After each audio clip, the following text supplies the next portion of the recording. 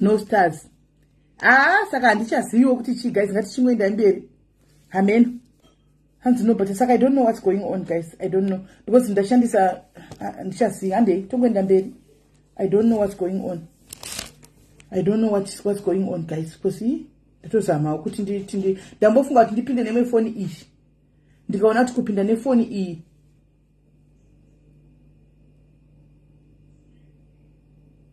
ndikapinda nefoni iyi hanzisa ipaper paper haisi mari here vasikana nditongenda kupema mari aiwa guys utongori kupema keshi guys hanzi Cora also complaining of no stars maybe saka masters anenge abviswa but kwatiri atozati ariko masters atozati ariko guys ameno kwati anototi stars they are enabled but ameno zvekuitika saka ngatingoendererai mberi kana aramba kwaindise paper uri gaindise paper kuna atiri anoda kundisira paper gaindise hangu paper yacho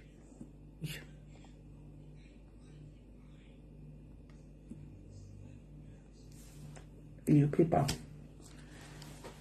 hanzi kwachane mari ameno kuti chii chikuitika hanzi isai paper ndaisa paper yacho iyo ndaisa paper nasi ndiri kublesswa musazoti ndiri kupema guys ndimi mati ndiise musazoti misimeli vaipema guys noenda kubasa musazoti misimeli ari kupema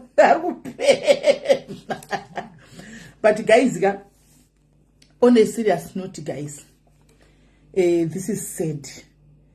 I just pray comment section number yekufona muchaisigwa ndikikiri muchaisigwa mucomment section mumune admin comment section ndandichikumbira kuti pamunoenda kumalive vanhu vamunofarira vaya how about buying you coffee ndinoda moli chipata tengere coffee anomaona please instead of hyping papaya sometimes stick to the truth guys. I know kuti hatitsiuriki tiri masocialites hatidi kuudzirwa anomaona we know that for a fact but mukaramba makadzvanyawo pane pekuti ndandoga ndinozotofunga kuti vanhu vaya vangu vachingoti kuda kuti ndiri vese vari right vari wrong here ndini ndiri right anomaona zvikuvaidonha sei ingonga chifona wani rubleso gwatipfuurei napadiaries nhasi kwaita rubleso guri kupo padiaries nhasi kwaita rubleso riri padiaries hanzi chablokwa chetongoti ipapo hapo but hey pakaipa handizoziviwo manje kuti isusu tinobatsirikana sei sevanhu handizozivi tinobatsirikana sei sevanhu right. Hello my sister.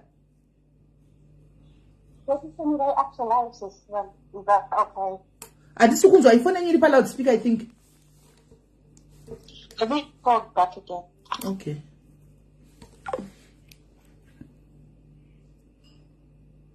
Kwanzi tikati we are blocked kwese.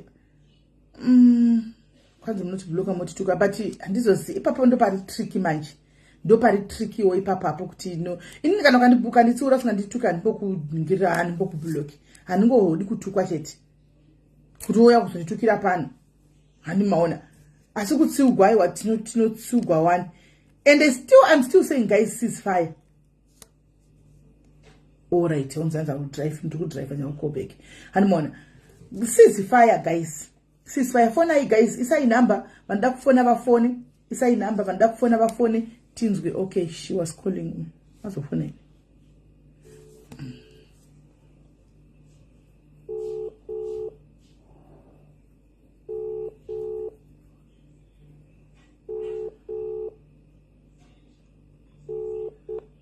Hello dear.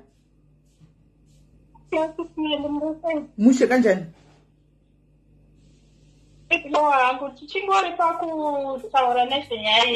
Do patiri. Alright. Inini ndau yangu kuti matikeze kupema kana. Vanhu vachimbovhurawo. Vachimbovhurawo nzira kana muchidzidzisa ndizvo. I think your advice was going to take some people far away. Because every time munombobata kuti redu yevanhu zviraramire usararamira vanhu. And munodzidzisa like a few times kuti redu siyana inazvo. And recently you said it. But chandaona hangu kuti vanhu vanenge vachida kuprova kuti you can't do anything today kana kudzimbire mukuru kana kuti mai avaka inini chandiri kutoona sisimeli honzeri yazvo zvese izvika misodzi yevanhu venhari dzavo usachemerwe nemunhu mutema rather uite benzi uchinoapologiza bwede ndichakutsvakira mari yako kumbonyaradza ruzha rwemari rwanga rwawandisa tingataura nezvaitika nhasi kuti ndazobata ndazodidi ndimwari vane nguva yavo yavanongoita kristo kudai kuti mwari vane nzira dzavo dzokungodzosera munhu munzira so zvatingati kana taakuzotarisa isusu sevanhu venyama toti munhu zvazoita sei hatisi kufara kuti munhu ari kuchema hazvisadzi kana asi tiri vanhu tichirarama especially tivanhu vechidzimai timbosimudza hapa yako zvinhu idzokoka ndasvika apa ndichiri munhu kana kuti sei wese wachiriwo munhu wawo munhu ane murume chiremererawo chemurume wako chinongoiswa pajekerere newe kuzonyadzisa murume lesaisense dei mai avaka wambonamata kuzvivharira mumba yemukatikati vaite self-introspection ava ndimwari vari kumbotaura navo mwari wakambovatora ukanovavharira muchigari wakabuda wakamboita sese asi karikita yavo hainambochinja eka wakabvarirwa pai vachibuda kazi wakanekuti mwari ndiri mwana wenyu itai zvamunoda nelaifi yangu asi pakuzosvika kutaurira munhu waunokweveta kuti handambasa newe indinoona sekuti ingori problem yezvikwereti kuti vanhu vanga vanyanya kuchema dei wambodzokera kudrawing board wamboona kuti zvakatengera pasi ndakarasika pasi mwari anongotiregerera tese ndatendambo. Thank you very much Kola. Waita hako Kola, thank you very much nemashoko makukutu. Right. Hanzi uyu ndikola wari kuti inyaya dzemari dzavanhu vari kunyanya kugunun'una saka zvinhu zvachona munozongotsvaga muroi pasina zvinosimudzwa nekugunun'una kuri kuita vanhu. Ndikola uyu ari kudaro as much as Kola ari kudaro guys takambotaura pano ndikati chinhu chakaipa pano pasi rese munamato wavanhu. You remember me telling you that kuti chakaipa pazvinhu zvese handidi kuti munhu andiendere pakona ononamata chichema nezita rangu ari pakona because vamwe havatauri vamwe havagoni kurwa kubaya malaiva aya vamwe havadini but anonoenda muwar room yake. Ndakambotaura nyaya yewar room, you remember anopinda muwar room make ndo manonipedzera shungu. Umwe anoumburuka kubuda dziwa kudai, umwe panoitika zvakawanda zvinogona kuitikako neminamato. Minamato ndo chinhu chiri dangerous zvokutodaro. Not saying kuti kune vanhu vari kuita izvo kana kudi but kungotaura kuti muzive. Hello Kola. Hello. Yes Kola. Mushe muri sei? It is right. Ini ndaida ngotaura ngoti sei vasikana ava okay handina side rangu but sei vasikana vebitterness family vari kuziva zvese zvinenge zvichida kuitika. And I think pane vanhu vari kutenga vakomana handimoziva kuti Zimbabwe kune nzara tinataura nachokwadi. Vakomana ava vanogona kunge vari kubhadharwa vakomana ava vanorova vanhu.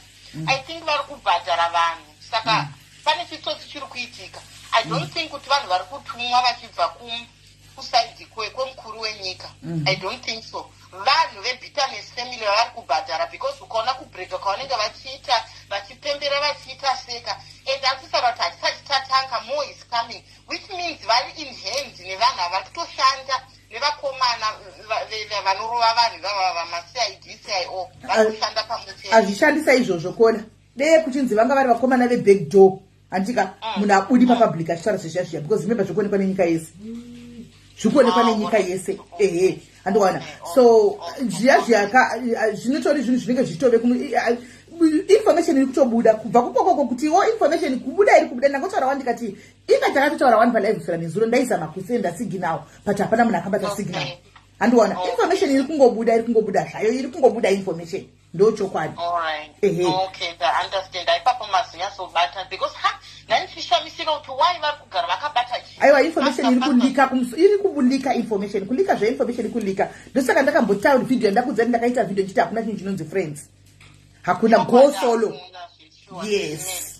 Chimwe chinhu chandaida kungotaura ndechekuti nhani saka zvichasvika kupi hondo dzacho dzichazopera sei because it's like bitterness family kutoti isistora kusvika munhu apetwa saka vanhu vatotori nawo mwoyo wekutozotiwo hatizi mwari kune vanhu vakatouraya vari kutofamba sport free vamwe vakatoburitwa mujere neamnesty vakauraya kuponda chaiko asi vari kufamba kuti 1 2 3 saka hatisisinawo here mwoyo wekuti munhu atinge apfidza chero zvimwe takusiyira maoko amwari sevanhu. Right. I think inini zvanyanya bitterness yacho people are angry, people are bitter. Handisapoti kubirwa kwakaita vanhu mari dzavo dzemarounds but I think zvimwe zvinhu ngatichisiyira kuna mwari kana yesatan I think izvo so akanda maoko pasi asarenda. Right. Thank you very much kola nemuono wenyu maita basa. Ruth moyo munin'ina wangu hanzi God does not deal nema-emotions, operate ma-emotions aino. Kana pane chinhu chakaipa pano pasi chausingafa ngukuwa kutomboswedera machiri munin'ina wangu kuitigwa ma-prayers nevanhu. Usati namatigwe nemunhu achiita ma-prayers wangu because God hears prayers. Kana pane chinhu chaanonzwa pano pasi they are prayers.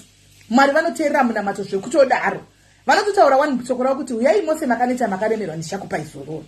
Inda unochema kuna Mwari vanoti ndiedze uone kuti handizaruri here mahwindo angu amuya muchena handikupinduri here. Havatauri chinhu chavakataura mushoko ravo havaregi kuchidzokorudza Mwari, havaregi kuchiita. Minamato yakaipa manje. Kutukana chinhu chichiona kudai chipindo ndakabho zvekuti because zvongoperera mukutaura. Prayer, the worst dangerous thing. Usade kuitigwa munamato nemunhu Ruth. Hello dear. Hello. Hello Kola. Hello, Sister Mary. Yes, muri sei? Kusaona ndiri kumanyanga street. Zvinotonzwika state asi mubvunzo wangu uri pakuti pfungwa izvi zviri kutaka kunonzi zvinoda kungobata one side asi iye akataura mumavhidhiyo ekuti ari kuzana namai akazoenda kufamu akazopfuura nekufamba ane zvakabuda mune rimwe side. For what I can just tell you, Kola, is the story I said to Varwa, the investigation is still ongoing. Datopeza. Kana uchibata zvatataura ndatopeza. Yes.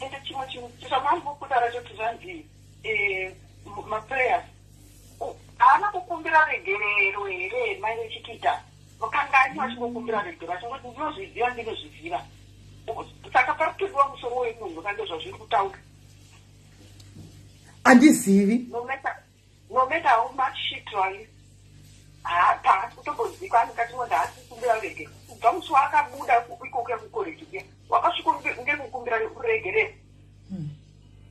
Kusaka manje chichi kuitika. So kana vakakumbira regero saka what's going on? Chichi kuitika. What do you think is going on?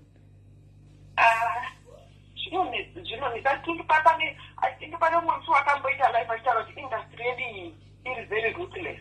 Industry industry celebrate. So that's okay, Zanbi. Wow. Thank you very much, Kola. Guys, I don't know.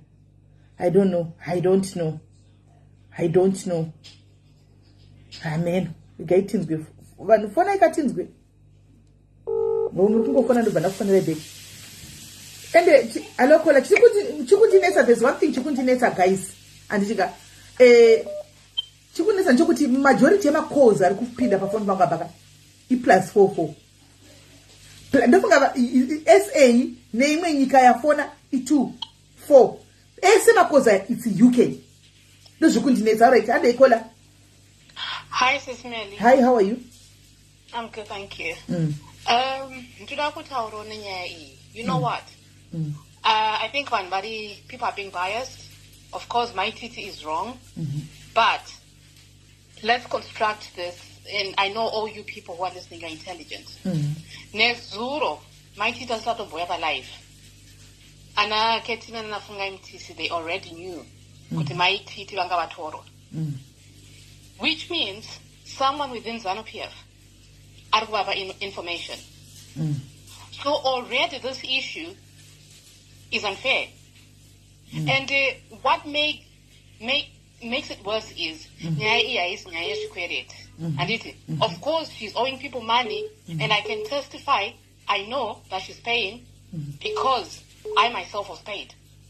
Oh, you were paid? Some of my relatives are still being paid. You are still being paid, okay. So, all right. Some of my relatives are still being paid, and I was paid. Okay. So this issue has nothing to do with credit. All right. People just want to set scores.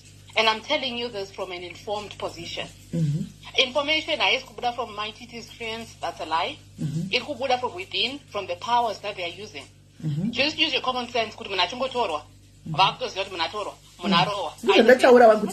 Information is coming there from the... And I'm sure the president is not even aware of this. These people are also manipulating the system. I'm surprised. I wonder, could the PhD I know hold and she's living in Scotland. Mazita Kola. She's 8. Mazita Kola, Mazita. Okay.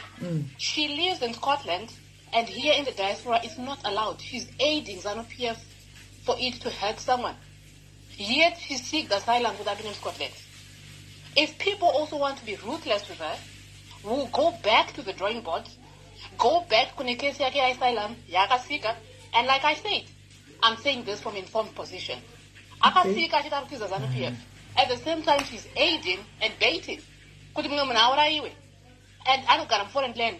Same as an Alabnis and a Ketina. It's really unfortunate. Kola Mazita Kola, Mazita, doesn't make a gumbuka, Mazita Kola. Oh, I'm sorry. It's really unfortunate. Advisor. All these people are in diaspora. But it's not allowed what they're doing. And ZANU-PF, you know, to Zikana Pasiri, Sekuti, those are, you know, so you can't be in the diaspora and you're aiding, but you buy them when Munanis the quality, as a quality and Jan, Baru Badara. And then I is educated, they are educated, or they are one of a query. But would say, oh, okay, they're entitled. But these people is just some Facebook scores. And especially Baru diaspora. I was really touched, and I don't know what to say. Not to say that Trukuva side no, but what's infuriating is Munaru's information is ZANU-PF. His Excellency does not even know. One Marushansa faction now could fix some women. Already they are not fit for purpose to hold high esteemed positions. Because are you sure are you shocked the Excellency does not know about this? He doesn't. That's a faction, it was an excite. But now that if it's a faction that is working aside Kola, now that it's coming public like this, don't you think the president will see this, obviously? Yes, he is going to see it. He is. Even though the president and why would the president put his energy in on Facebook? Come to think of it, why would you do that? You have not heard him saying a word. Does that make sense to you? It doesn't. So already whoever is doing it, what they're doing is not allowed. And I'm giving a warning, because I think, like you said, it's not allowed for people here to aid. If people really want to be ruthless, all those people involved, we can actually take them to task. And I am in a position to do it. It's not allowed. If anything happens to my TT, all those ladies have to be answerable. And they should be. And they will be. Thank you. Naikola, before you go, are you there? Kola vaduna guys. Kola vakutoti watu weni moto. Yateve hondo kai. Murukona zvinhu zvaziperi guys. Kola vakutoti watu weone side vakutoti alati I'm in a position to do that. Vatu weone hondo. Ichori hondo guys. Saka zvinozopera sei guys. Zvinozopera sei. Hello Kola. Muriso SIS MELLY. Did you write kanjani? Ndiri right. Dandati Kola uyu ambotaura zvekuti chikiti. Mukundinzwa? Takateerera taura. Chikiti akakumbira regerero. Chekutanga haudye mari dzevanhu wofamba uchita una chikwereti nemunhu une chikwereti naye ngaende kumapurisa. vakaenda kumapurisa ende vakakwanisa kuenda kumapurisa. Handina kukupira mari yangu kumapurisa kainini. Chekutanga 2 aitukawo mbuya vaya vanonzi vanoshanda vemaruva vaya vainzi vaimupa mari iya kuti havana kupaye vakapa murume wake, but they were together. The best thing she was supposed to do was to say, Auntie, I'm sorry this happened, but you know handina kutora mari yenyu ndiregerereyo, ndikapedza kubhadhara mari dzevanhu I will try and reinvest. Kana ndatadza ndinenge ndatadza and just move on. Vakacheke mabhachi chichichichi achiti hanyengereri chichichi. She must go back, she must make the ways pure.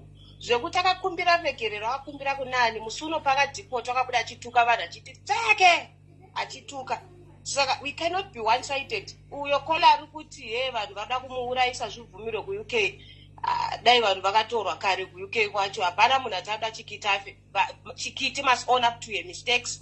1 2 pane mumwe ambofona futi ati vanhu vari kurova chikiti here vakatengwa. Mundu dzotanga buda chiita live achikumbira regerero zviri zvinhu zvepasi pemuti. Zvimwe tangorawo duku veBitterness family nezvisina basa. Munhu kana atadza onana nezvaakatadza izvozvo zvipere. Kana kuri kunzi arangwa nevangatifanira kumuranga vakamuudza zvekuita, hapana bitterness yatenga vanhu kuti endai munorova chikiti. Asi nyika yakutokwa neBitterness family. Vanhu ngavadzikame chete. Pati haisi yavo, pati ndeyepi, pati yeZimbabwe yese. Kwete ufamba uchivhundutsira kuti uchapinda munyika muno ndazodai. Ndangoti ndiise wangu mono sismeli. Muono. Thank you very much. Thank you very much. Why this mono wangu? Right, caller. Pari kubuda mafacts guys. Anenzeve dzekunzwa ingonzwa yo. Amen. Vari kuda kutaura nacho vari kufona vakawandisa. Timbotorawo maSAI. Hello caller. Hello, SIS MELLY. Yes, muri sei? Hello, tukunzwa call. Okay, SIS MELLY. Ina angoda kuti vanchiti pana kola yambo taura chitanzi vanhu vari kuUK vatoti kola yakuda kutivhundutsira zvinhu zvenhema. Hakuna zvakadaro. Ada kutivhundutsira nhema achiti kwai ndine source from a high position yakunyepa. Hana chaanoziva kola uya. Hello, tukunzwa. Yes, amani. SIS MELLY nyaya ingoripo ndeyekuti chokwadi ka tingati mukadzi uyu avengwa aita sei. Chokutanga mai ekiti ngavagona kunyarara kuvhara pasi pemhino pavo. Vakagona kuvhara pasi pemhino pavo vanenge vagona.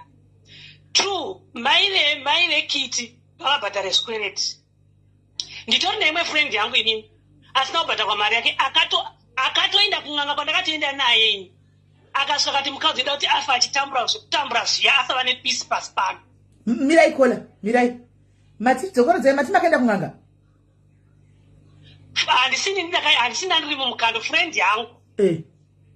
Ndiye akaenda akati mai ava ngavafe vachitambura singaiti. Why? Because arida mari yake yemukandoso. Ari moshe varenye ari kweretwa. Yes, ndo zvandiri kutaura, not me, friend yangu. Akatogadzira kun'anga izvozvo. Yes, kuti mai ava ngavashawe peace pasi pezuva. Mari yacho yemari naikola. Anoti mari yake akawanda, atanga achita mamaraundi ema 1000 achiti mari yake imari, but andoti mari yake akawanda. Akabva anzi kudii pakubvunza mari yake. Inakanudza ndakamurifeya kwandakamurifeya nditi akati handina kuzopinda naye, asi anoti ndakasvika achitaura kuti mai ava ngavafe vachitambura. Hachadi mari. Anoda mari yakezi. Ko manje vakatambura mari chanoiwana sei? Vakatambura vachabhadhara vanhu mari. Ichibvepi? Iye achitambura. SIS MELLY, kutambura kune nzira dzakawanda. Hakusi kutambura yekuita munhu izvezvi. Okay. Hakusi kutambura munhu ari kutambura SIS MELLY. Nhasi akutogwa kupinzwa zvemusangano nyange dai haana chinomboshamisa chemusangano chaataura mukadzi waye, but onai adregwa muzvinhu zvemusangano ndiye atova pafura ndezvinhu zvemusangano vakumushungurudza. Munhu yange abhadhare vanhu mari dzavo. SIS MELLY, usafarira kuchemerwa nevanhu vachichema musodzi pamusaka pako every day. Hazvinaki. Ndo contribution yangu ndatenda hangu. Right, thank you very much. Pakaipa. Guys, kana vanhu vakuenda kun'anga zvinhu zvacho zvasvika pakuti zvazvitori serious like that. Kana makuenderana kun'anga. Hello kola. Hello, SIS MELLY Magali. Mushe kuri sei? Yes, regeze tipinde munyaya. Ndoda kutanga kuti nditaure kuti vanhu vari kuziva here kuti chikiti ichi chine zvikwereti zvakawanda. Matauriro ano zviri kuitwa zvitange maybe zvikwereti zvevanhu kana 3 or 4. Vanhu vane vari kukweretwa nechikiti vakawandisa. Ende chikiti kana achitaura indotomboona ari munhu asina remorse. Haazvidzikisiri. Pane musikana akadzoserwa mari recently akabuda pamavhidhiyo achitaura kuti apuwa mari. Ane nyaya akataura achiti ndakanzi kana uchiona kuti handisi kuda kukwanisa kupa mari yako enda kumapurisa. Zvakabva zvandipa kuti haasi ega akaudzwa izvozvo, vakatowanda.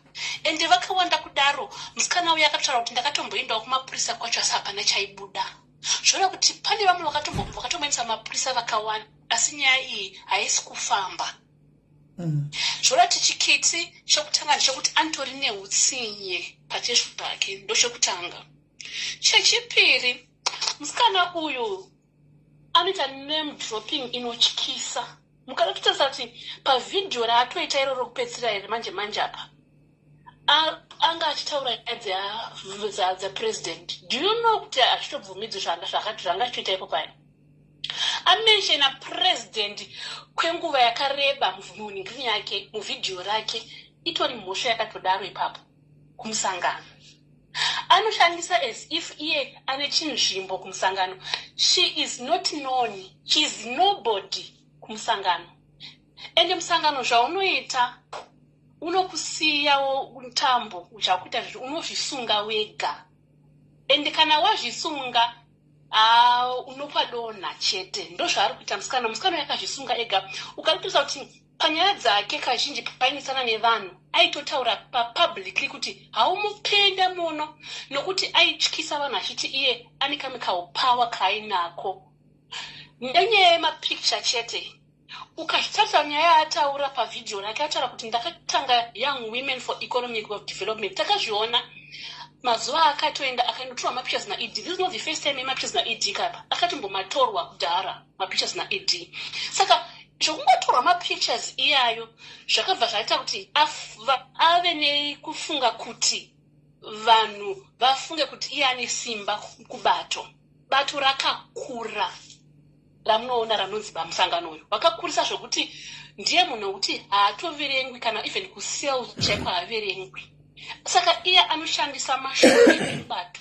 Zvaatotaura zvekuti zvekufamu, inini ndakazoti ED, ndakazoona His Excellency, ndakazodi His Excellency. His Excellency ava kutaura nezvava vazokutamba navo. Itongori mhosva yakatongomirira zvakadaro. Iyoyo vhidhiyo iroriya richamusunga zvisingaiti. Name dropping anoiwanza. Zvokuti dai ari umwe munhu dai ndandini ndangosiyana nazvo. Zvekuchataura nyaya dzekuti His Excellency, First Lady, wati ndadi zvekumusangano dai ari mumwe musikana uyu kauyu achirara. Ndo zviri kumukuvadzisa panguva ino. Iye haichazi nyaya yechikwereti. Name dropping dzake kwaadzifambisa kwanyanya. Ukatarisa musikana uya wekudzoserwa mari ari kutanzi chikiti akatouya kumba kwavo akataura kuti ndokunyudza. Kunyudza kwaanenge achitaura kuti ndokunyudza through musangano. Hakuna kumwe kunyudza kwaanenge achitaura. Anenge achitaura kuti nekuti nini ndine hand, ndine punch, ndine simba kumusangano, so ndokunyudza. Chikiti haana simba kumusangano. She is not even known. Anoshandisa zvinhu zvisindakana nebasa rese izvi. Obva vanyepa kuti nesimba kumusangano. Haana simba kumusangano. Chikiti. Ende ari kuzvisungirira ega nemashoko ake ekuti ane simba musangano. Ndo zvichamukuvadzisa. Musangano ndo uchamukuvadza iye kwete kuti mabitterness. Like ndambofara pataura nemekola. Bitterness dziri kuUK idzi havana chokuita nezvarusanganza nazvo muZimbabwe. Havana kana punch vanhu vari kuzimba vaiva vanozviti mabitterness vai havana kana simba. Vaiva nongohaipa vatinagirwa share information kuvanhu chete. Yes. Havana kana any influence musangano. Havana kana wanofonera kana kuti anonzi kana sabhuku chete wanofonera vagotutaura. They are zero. they are even not known also bitterness and avatongerere kunyaya dzavo. Very true. Iye Chikiti uyu, Chikiti ndiye ari kuzvikuvadzisa achita name dropping all the time, especially waari kushandisa vachingoti his excellence. Izvozvo zvoga is totally wrong Zimbabwe. His excellence havataurwi zvekudero. Sezva iyoyo ndange chitori palive yake ndatonoti musikana weka aritorewedzera kutadza kwacho. All right, thank you. I think ndataura pakwana. Kwai Melly, you can't agree John. Aiwa ini kana ndiri pana pa faith ngati kuti kugumira zvinoitaurwa zvinokuti ndiri kugumira nezvo. Sari pangunyarara here. Handi munhu kana achitaura iwe uchita nechingobvumira kuti pana zvinokuti zvakutaura kuti ndiri kubvumira zvana kudini. Ini ndingoti bvumira semunhu ari kutaurawo ndisangozoti zi ndakangonyarara kuti zi. Handi ndizvo zvandiri kuita here naye asikana. Chiko neni.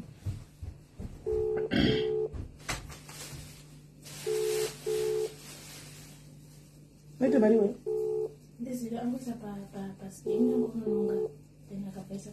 Usavaisa mufiriji maisa ibve zvakanaka nakuchini. Okay, right. Pana umwe vari kuda kufona. Muchagoziva ndangoti vanhu vaningira ndigofona bhegi. All right. Hello. I don't know.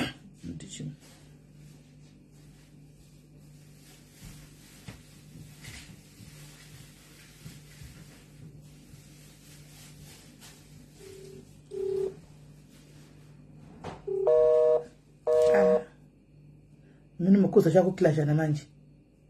Makoza kuklashana manje.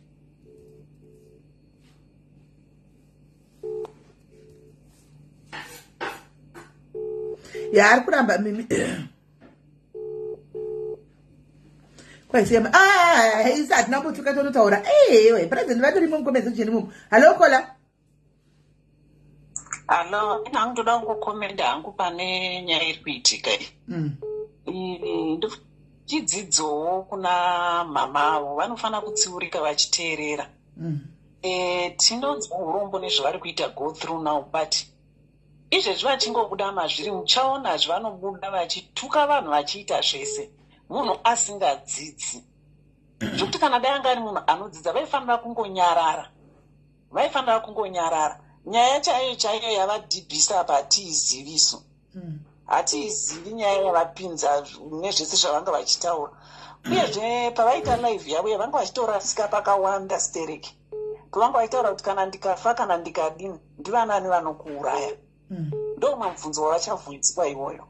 Saka I think ngatidzidze kunyarara zvimwe zvinhu. Humble yourself. And ivo vakatombopinda mujere vakabuda. It was a good lesson to her. Zvokuti vangadai vakadzidza ipapo. Saka ndo zvandoda kungocontributa hangu izvozvo kuti zvimwe zvinhu hazvisi tinovaziva stereki vaimira vachindinokunyudza kuvanhu. Recently pane mwana uya musikana uya akanga akakweretewa mari yake akabuda zvakarwadza munhu wese kana uri mubereki kuti unoita uchinorovesa mwana wezera riya rakaita sezera remwana wako. Nhasi zvavadzokerawo. But we are not saying kuti zvavasangana nazvo zvinotifadza, but vanofanira kudzidza vodzikama semunhu mukuru. Ndapedza. Ngoma. Alright, Kola. Thank you very much. Pane munhu angachifuna nemwe namba iri.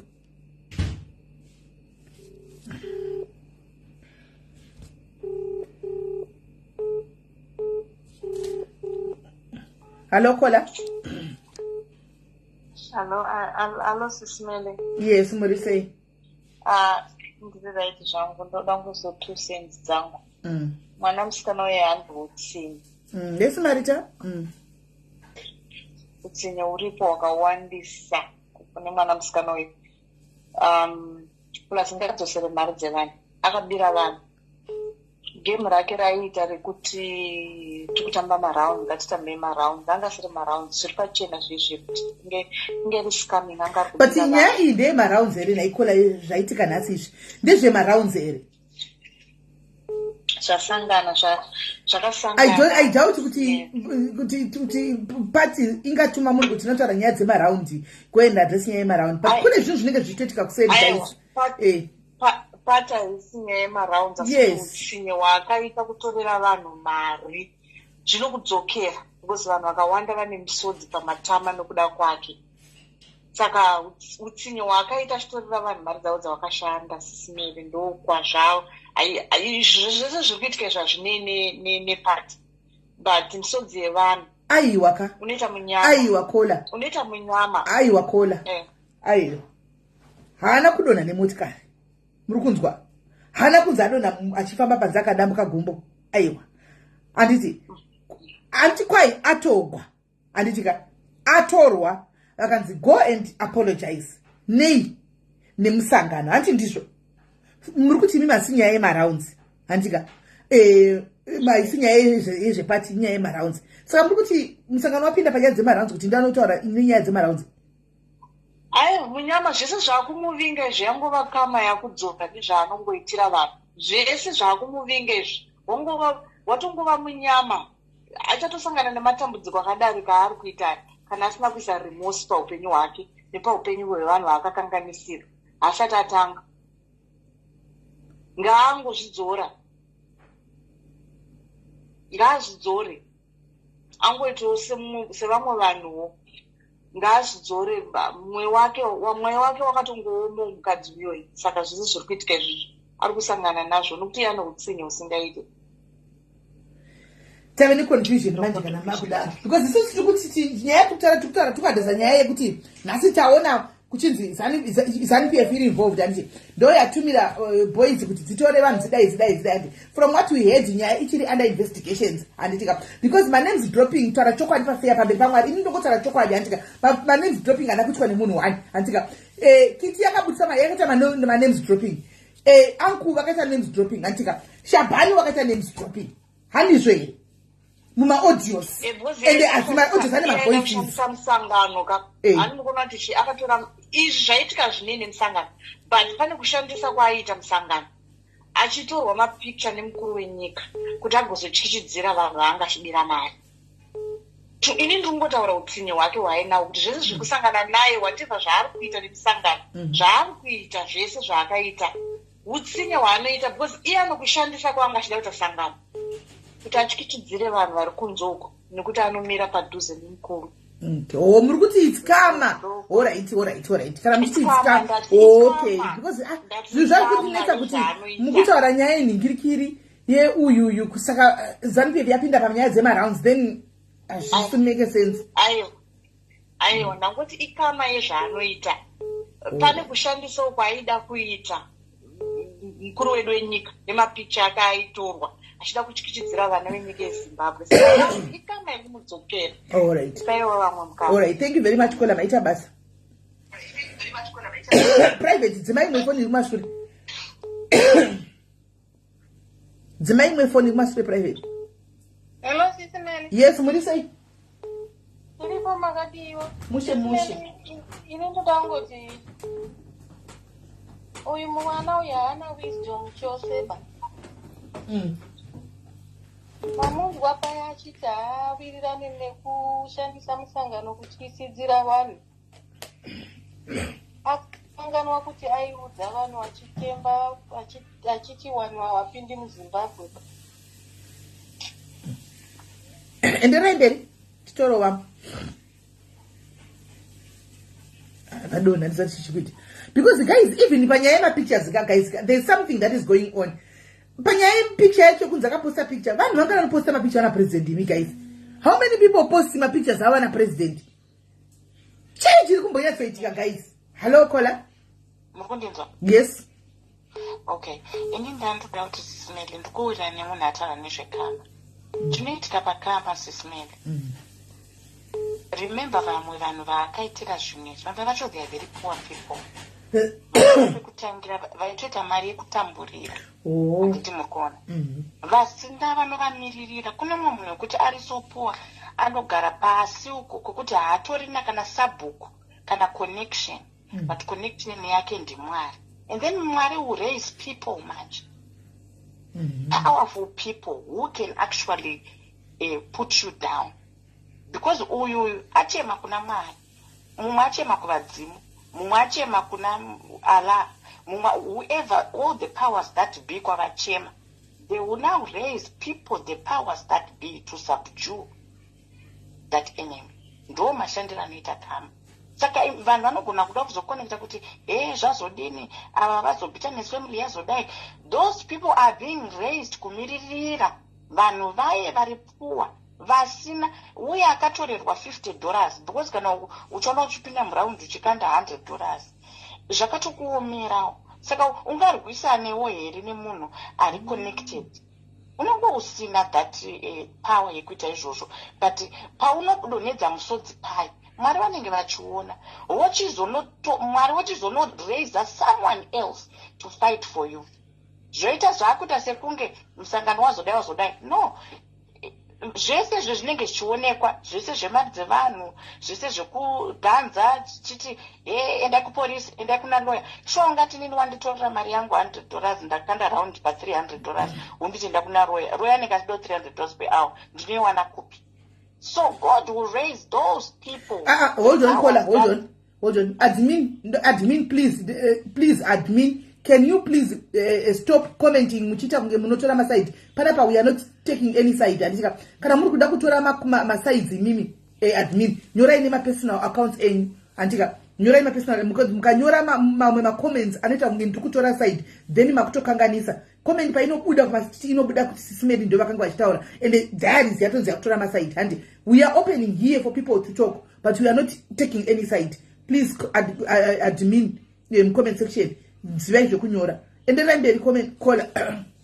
Saka zvanaitira kuti kana Mwari vorwira vanhu vavo havashandise uyu abirwa, because uyu hatorina chaanokwanisa, ari powerless. Vanochizoshandisa the powers that be to subdue the enemies. That's how karma works. Saka it's all connected, but munogona kunge musingazive pane mudzi wacho. She had to be, because no one was able to humble her. No one under the sun, until the powers that became, they were able to humble her. Saka ndo parikungodiwa humility and remorse and true reflection yekuti zvandanga ndichiita ndandichitadzira vanhu. Because ezvinezvi vanhu vakungoti azonzwai atadzirwa, azonzwai so munhu atumirwa kunzi aurayiwa, haana kuurayiwa, she's still alive. That's why she was able to apologize. But kana kama youya haiuyi sema inini SIS MELLY ndikakutukai mukatadza munogona kundipindura nditika, but munogona kushayiwa simba pamwe ndiri more powerful than you. Kana Mwari vakukurwirai havachashandise imi, vakunotora ngana kuti arwe hondo yacho. Saka ndoma zviri kuitika izvizvi. Ende dai angokwanisa kuva humble ndozvega. Humility and remorse and true repentance, those are important. Right. Thank you very much, Kola Maita Basa. Thank you, Kola. Hey, yeah, I just so wish, guys. Ndinongo wish kuti dei zvaigona malive and andizivi kuti ndingati chi, guys. Right, Kola, hello. Hello, SIS MELLY. Yes, taurai. SIS MELLY, indachida kuti mukadzi uyu. Aiwa, zvakaoma. Aithreatena vanhu achiti tinashe hapindi, miti hapindi, vakawanda. Aitemba nini? Asoti anotya kutyisidzira vanhu nemusangano. Number 1. Number 2, anga achitaura nyaya yekuenda kufamu kuya. Chii chanyatsoitika kuti auye achiadhiresa nyaya yekufamu? Inini ndamukuudza kuti kuseri investigations are going on. There's a lot going on kuseri. There's a lot. Ndosaka ndiri kutotaura kuti vanhu ine mambo handizivi ceasefire. And I don't know what to say. Chete vanhu vachina vese hapana anoti nini ndo hapana. Munhu wese angachingoti nini inini saka amen. Taura ikona. Apa ari muhotera kutidza kudini aripi apa? Zvokuti aripa hatizozivi hedu kuti ari kupi. Hatizozivi hedu. Aiwa mwana uyu anga aenderera, mwana uyu anoda kumbodzidziswa chidzidzo. But zvazvinenge zvakuzoitika izvo zvazvina kidzi manje Kola, tiri vanhu tine moyo chaiko. Tine moyo. Pane vanhu vakaita satinashe vanotoda. Pai mukatsizai muri kutora masai. I'm not taking sides. Sezivaya kwese ndakataura bhosora zvose ndachingoti vese zvavo demasi ndakataura wani handisi kutora nhikikirini. Handisi kutora side. Ndakataura wani sezivaya vese. Handina sedha ndokutora, handina sedha ndotora. Ini ndiri diary family. Pedzai Kola tise vapo. aiwa ndandati vanhu vaitotyisidzirana tinashe munoti havadi kudzoka kumusha here vaakutotya vanhu vakawanda vakabuda vachitaura kuti vakatretenwa naye achimira ane chaakatsika nhasi oti haadaro mwana uya ya zvakaoma thank you very much Kola. Thank you Kola. And my investigations guys mungada kubvunzawo ini kuti my investigations handizivini muchazozviwawo kana zvazobuda ina I don't know mungabvunzawo ini my investigations echi nyaya dzakana dzetika pasocial media muzivi muri kudziziva wani. Hello Kola. SIS MELLY. Yes muri sei? Ine raita hangu ine maswera sei? Taswera. Ina hangu toda kungopa hangu kupadoko shoma sevanotenge tichingoona zvedu zvinenge zvichiitika. Honestly, like you said, SIS MELLY earlier on, vana vakangofanana pavari vese biti family ipi vese vanongori neunhu hwakafanana.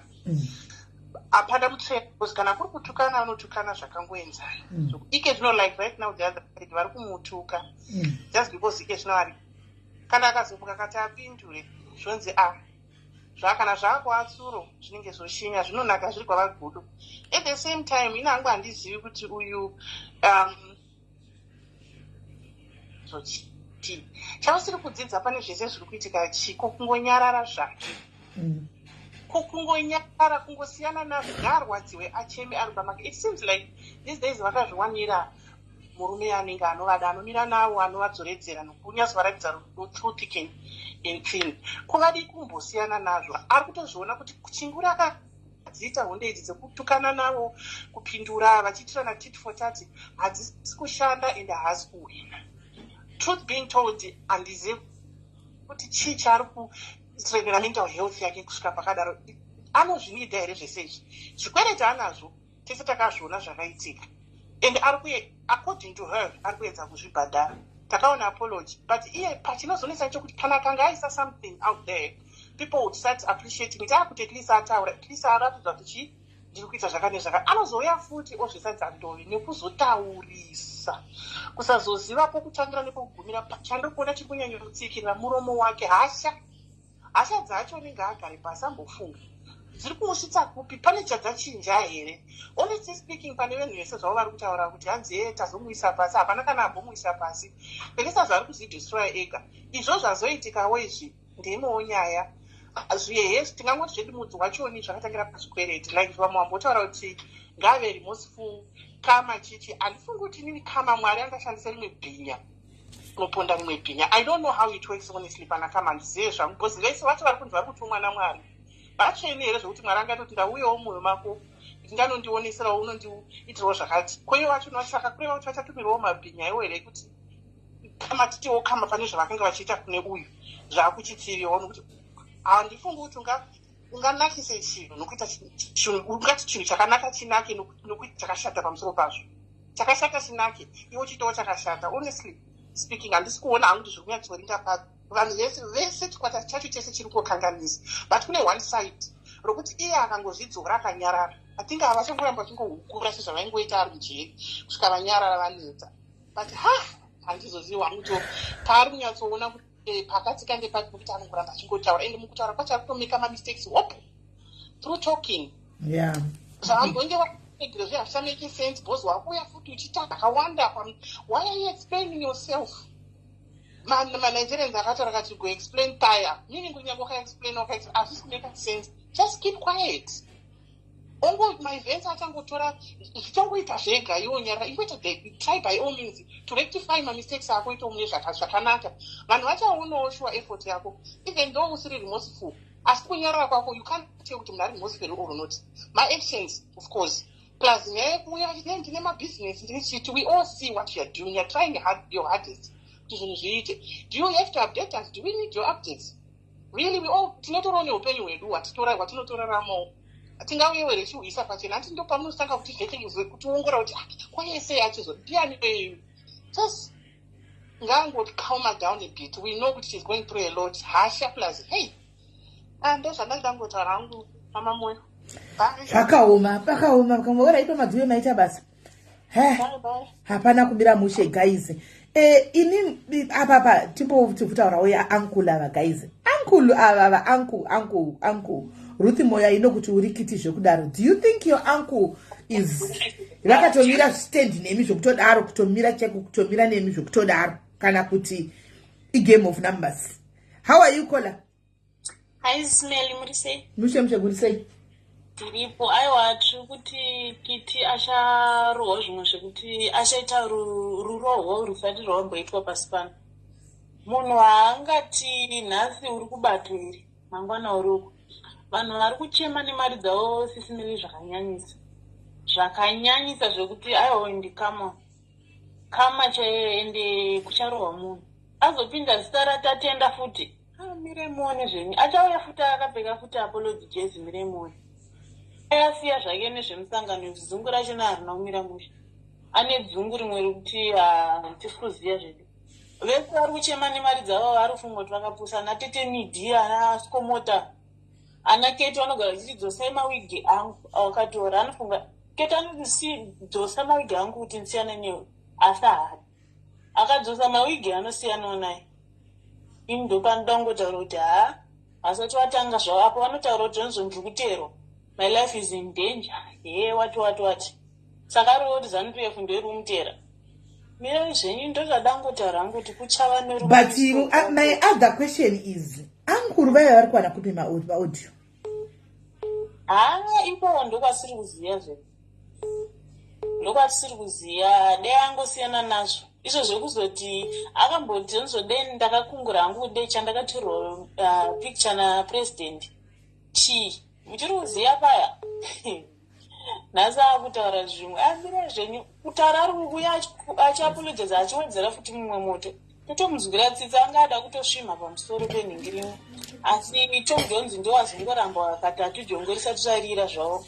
Tinongoti sorry angoketi amuchazi angoketi because marambo katatu jongo risati rakukuridza.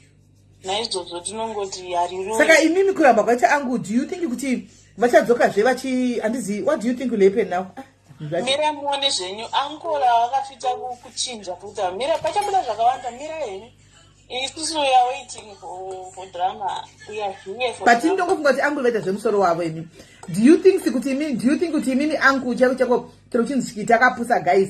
Angu vaimubharira kudaro vainyatso kuziva kuti angu vanoda mari vatitaura kuti ndongoda cash otoenda kunovapa masecrets. Asi riSMC mangari pa live ya Tom John here kiti wenyu. Handina mbona ndiziva hangu andizoziva hangu. Ndinenge kuchachemwa mire zvenyu. Zvokuti amina hake kana Tom Jones zvimwe anenge aita hake zvemusoro wake wega munongoziyawo murume uya uyaenda zvemusoro wake anomisa musoro wakabhenda. But tinongoti kana vane zvavaitaura kuseri zvichabuda munomuziya achishoshomera zita rezizwi rake riyare achanga achiuya nezvimwe futi. Amen. Tenge tigoona zvenyu. Amen. Thank you very much kula rigati mbonzwa wamo. Naita basi. Amen. Hanzi nevamwe kitane ngaudzwa kunzi angu vanenge vaudzwa ndichakuramba ipa vanhu. Amen. Hello Kola. Hello. Ini ndadzoka SIS MELLY inini nyaya yangu ndoimwe chete. Isusu takateerera maaudio. Tikanzwa maaudio akabuda manje. Maaudio akabuda manje ari kuratidza kuti both vanhu vese handiti kutora vanhu vari paground vekumidlands ava Kate Mata. Both of them vakadherera bato vese vari vaviri. Maaudio kana makaateerera SIS MELLY paitaurwa zvaamai ndovazondibudisa chichi uyu pamalive ese aite abva atorofona bhati amai ini namai chichi akati hazvishamisi kuenda kunotorwa ndiwo mboyo wangu hazvishamisi hapana chinomboshamisa tinomboenda kutogara tiriko andakazinzwa tese ningi ndiye azondibudisa webato kakati akabva azouya abva azoti uya aitaura breakdown yemari akati ningi akauyawo kubato iri tikamupa mari yakati. Saka tiri kuti isusu kana vachiti bato radhererwa kana titi isusu zvishwa chakadherera chakazoti ko uyu yes kutaurisa anotaurisa kunyarara hanyarari. Yes haabvumi ane nharo dzimwe dziri mukati handinzwaro ane pride tazvibvuma.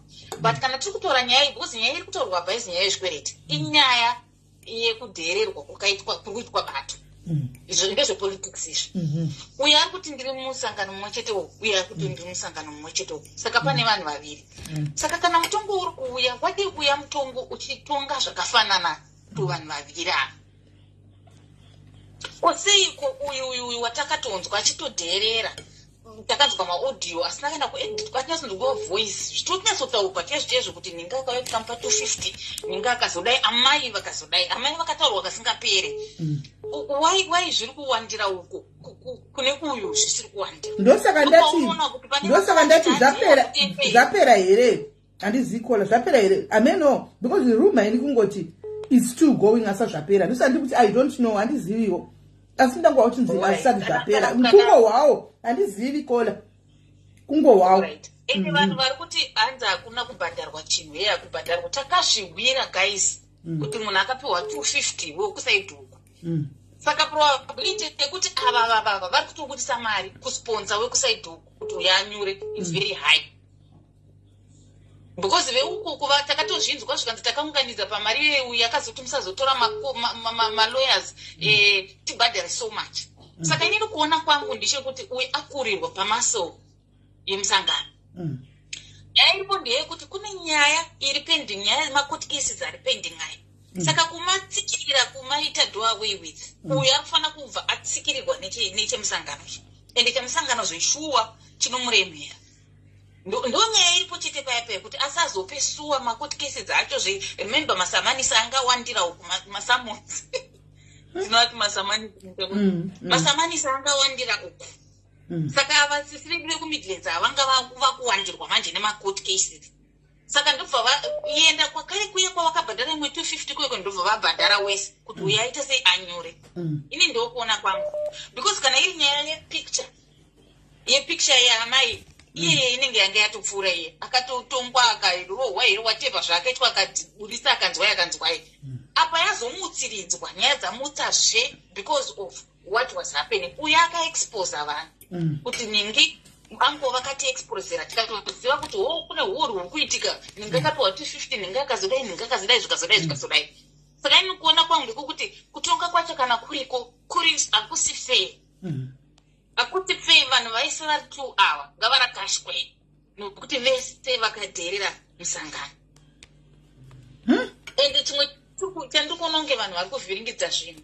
Nyaya iripo apa, ini ndikuona kunge vanhu vari kuvhiringidza. Pane hondo yanga ichiitika, we had 2 hostile camps, Camp Island neteam necamp yedu yekwaRarare yatiza yaamai vedu.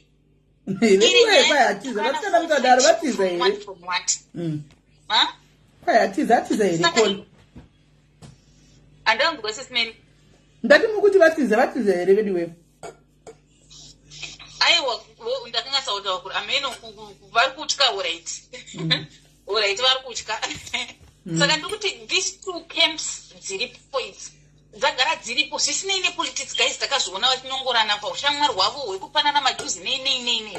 Saka kuti uyu vamutonhedze vakusponsa manje kune chitemazamu ichi kuti chipe vanhu vake vechi vane muscle iri stronger than uyu. Saka ichi chine muscle yakasimba ndokutsikirirwa kwaari kuitwa ukoko. But I don't think kuti uyu chete ndiyakanganisa. Ini ndikuti vese vakanganisa. Kana vari kurohwa neshamhu ngairohwe kwese, jeke chapasi avo pasi, fair game. Yeah. Zvakaoma. But I thank you very much Kola ngati munzwa wamu. Kola kwaivatiza zvakaoma. Hello Kola. Hello auntie, sisi meyo ndadzoka futi. Nyaya iri kutadza kuona vanhu apa ndeyekuti kana iwe uchirwa nevanhu vanenge vachiwina iwe uchiluza unorambira uchirwa navo. Anditi 2 nyaya iripo haisi yekuti hanzi ava vekushabhani vakazodini kana kuti yakadi. Nyaya iripo ndeyekuti bhuti angu vakabudisa mavoice note anga asikafanire kuachibuda. Saka mhosva iri kubva kuna tikiti nekuti vari kufunga hanzi iye akatorerwa foni. Mukateerera paFacebook sipameka tinoita manight masikati anotongoteerera. Pari kunzi pakatorwa mafoni yaShabhani yakatorwa, yachikiti yakatorwa. Ndopawanikwa information yese. Saka information yawanikwa yazopiwa angu here ipapo Kola, aiwa ipapo Kola, handifungi kuti ndizvo. information yawanipa yapiwa angu ayo akusikuzwa asisa ansangapedza kutaura information yaonekwa nemapurisa kwakaenda mafoni vane mafoni mapurisa foni yaPJ nemapurisa foni yachikiti nemapurisa saka mune information dzavari investigator imomo PJ ane dzake nyaya asvika dzasisi dziripo saka nyaya itika ndeyekuti uyu wekusouth africa uyu ari kubudisa information isikafanira kunge ichibuda anditi saka ndo nyaya yanetsa iyo kunzi imimi chikiti munhu wenyu uyu ari kubudisa information asikafanira kubudisa nekuti muri mafriends uyu PJ akabudisa nyaya dzakanzika saka nyaya iripo ndeyekuti PJ asati akunyanyorovererwa acharovererwa zvake vaitaura vari mafriends but haasiri akauya nenyaya pafacebook saka nyaya iri kunetsa kuna chikiti yekuti ari kunzi shamwari yako akauya nenyaya dzese pafacebook sei ndo nyaya iri kuitika iyoyi maona zvekunzi gavaro vese vaita se akazouya achiudza vanhu zviri kuitika iyeye ndari kupinda patight ndo nyaya yacho yekuti vanhu dzidzisai nyaya handiti ende chidzidzisai kuti uyu vari kuzomudii iye ari kulosing site ngaarege kunetsana nevanhu ava haasi kuzofa akawina nekuti chikiti anenge achida kuenda on top of everyone. It's not gonna happen guys. Haurwe nevanhu 20 uri 1 unoluza chete. Iye aishandisa chisimba asiti anenoziva vanhu anozodii aenda kunorovesa vanhu. Iyeyo Chabanu akamutumira mapurisa ake ayaya akamutumira ndiye akatanga nyaya tinotaura chokwadi ndiye akatanga akatumira uye aipengereka chiti yandisunge zvazvisinei naizvozvo aifanira kusiyana naye chipengereka kudaroteka but iye akazotsvaga vanhu vakaenda kunomusunga ikoko ende vanhu vangaenda navo vanga vari vake mapurisa akatozouya papayapaya but iye akaenda ikoko ndiye akatanga nyaya handiti saka vanhu onai kwakabva nyaya chikiti ndiye anotanga atanga imozoti hanzi adenwa aiwa hana kudenwa PJ hana kuenda mumba kwake anga ari kuanga ari but iye akatumira vanhu vainomusunga handiti vanhu vese akudera nevanhu vese tikada kuenda pafacebook guys tarisai munhu wani waasina kudera naye ndiudze kuti uyu ndiani munhu wese akapurongana naye kureva kuti iye chete ndiye anongotadzira iye chete ndiye mutadzirwi chete vese vanhu akapuronga vese hapana iye vese saka ngationei munhu kana ari wrong ngatimudzorei kuti no iwe muning'ina tsikana siyana nekuzvokuda kuenda on top of everyone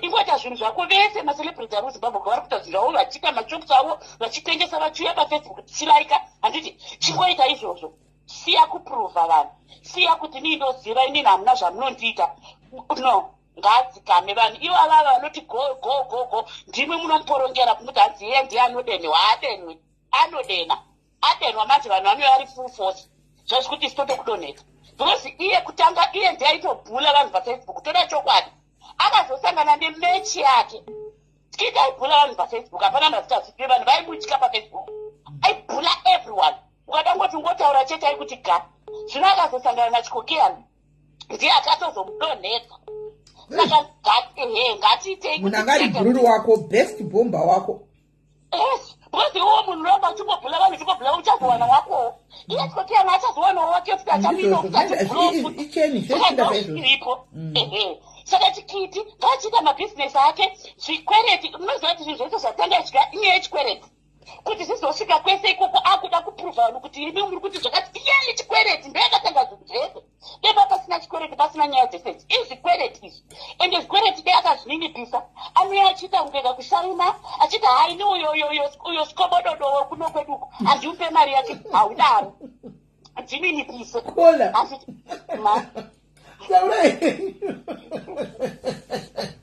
taurai zvakaoma hanzi handiupe mari yake achanopuwa mari Facebook iwe ndiwaida kuroorwa kuti mari izouya ndiwo waiziva munhu wakabetserwa ngadzite mwana ane pamuromo pasingaite handiti ngadzite mukadzi mukuru uyauya ndimai vake vaiva anodaro musangoti mai vake wadzivaiva imari yakawanda either yange iri 500 kana 200 ka it's a lot of money handiti anofanira kudzigama oenda kuseri onotaura navo mari yenyu ndichakupai vanonzwisisa ivo vanhu avaka vanomitira utsinye vachimufondera kudaika vari kurwadziwa nezvaanenge achiita ende anenge achii ndiri kubhadhara ndiri kuita seka vanhu vakawanda vasiri vatiri kuzwa kuti vanduti hatiri kubhadhara ega vari kubhadhara kana kuti havadisa hatichizire asi munhu akauya hongu akakumbira apology but apology yake haisi apology guys yekunyora mudadadada so ende kana achinyora zvimwe zvaangasaura muka ari off topic unouya palive wakananga vanhu vako ivavo chaiko vanhu vamwari ruregerero so noti kuti vakazondida iso inini kune watora mwana singapi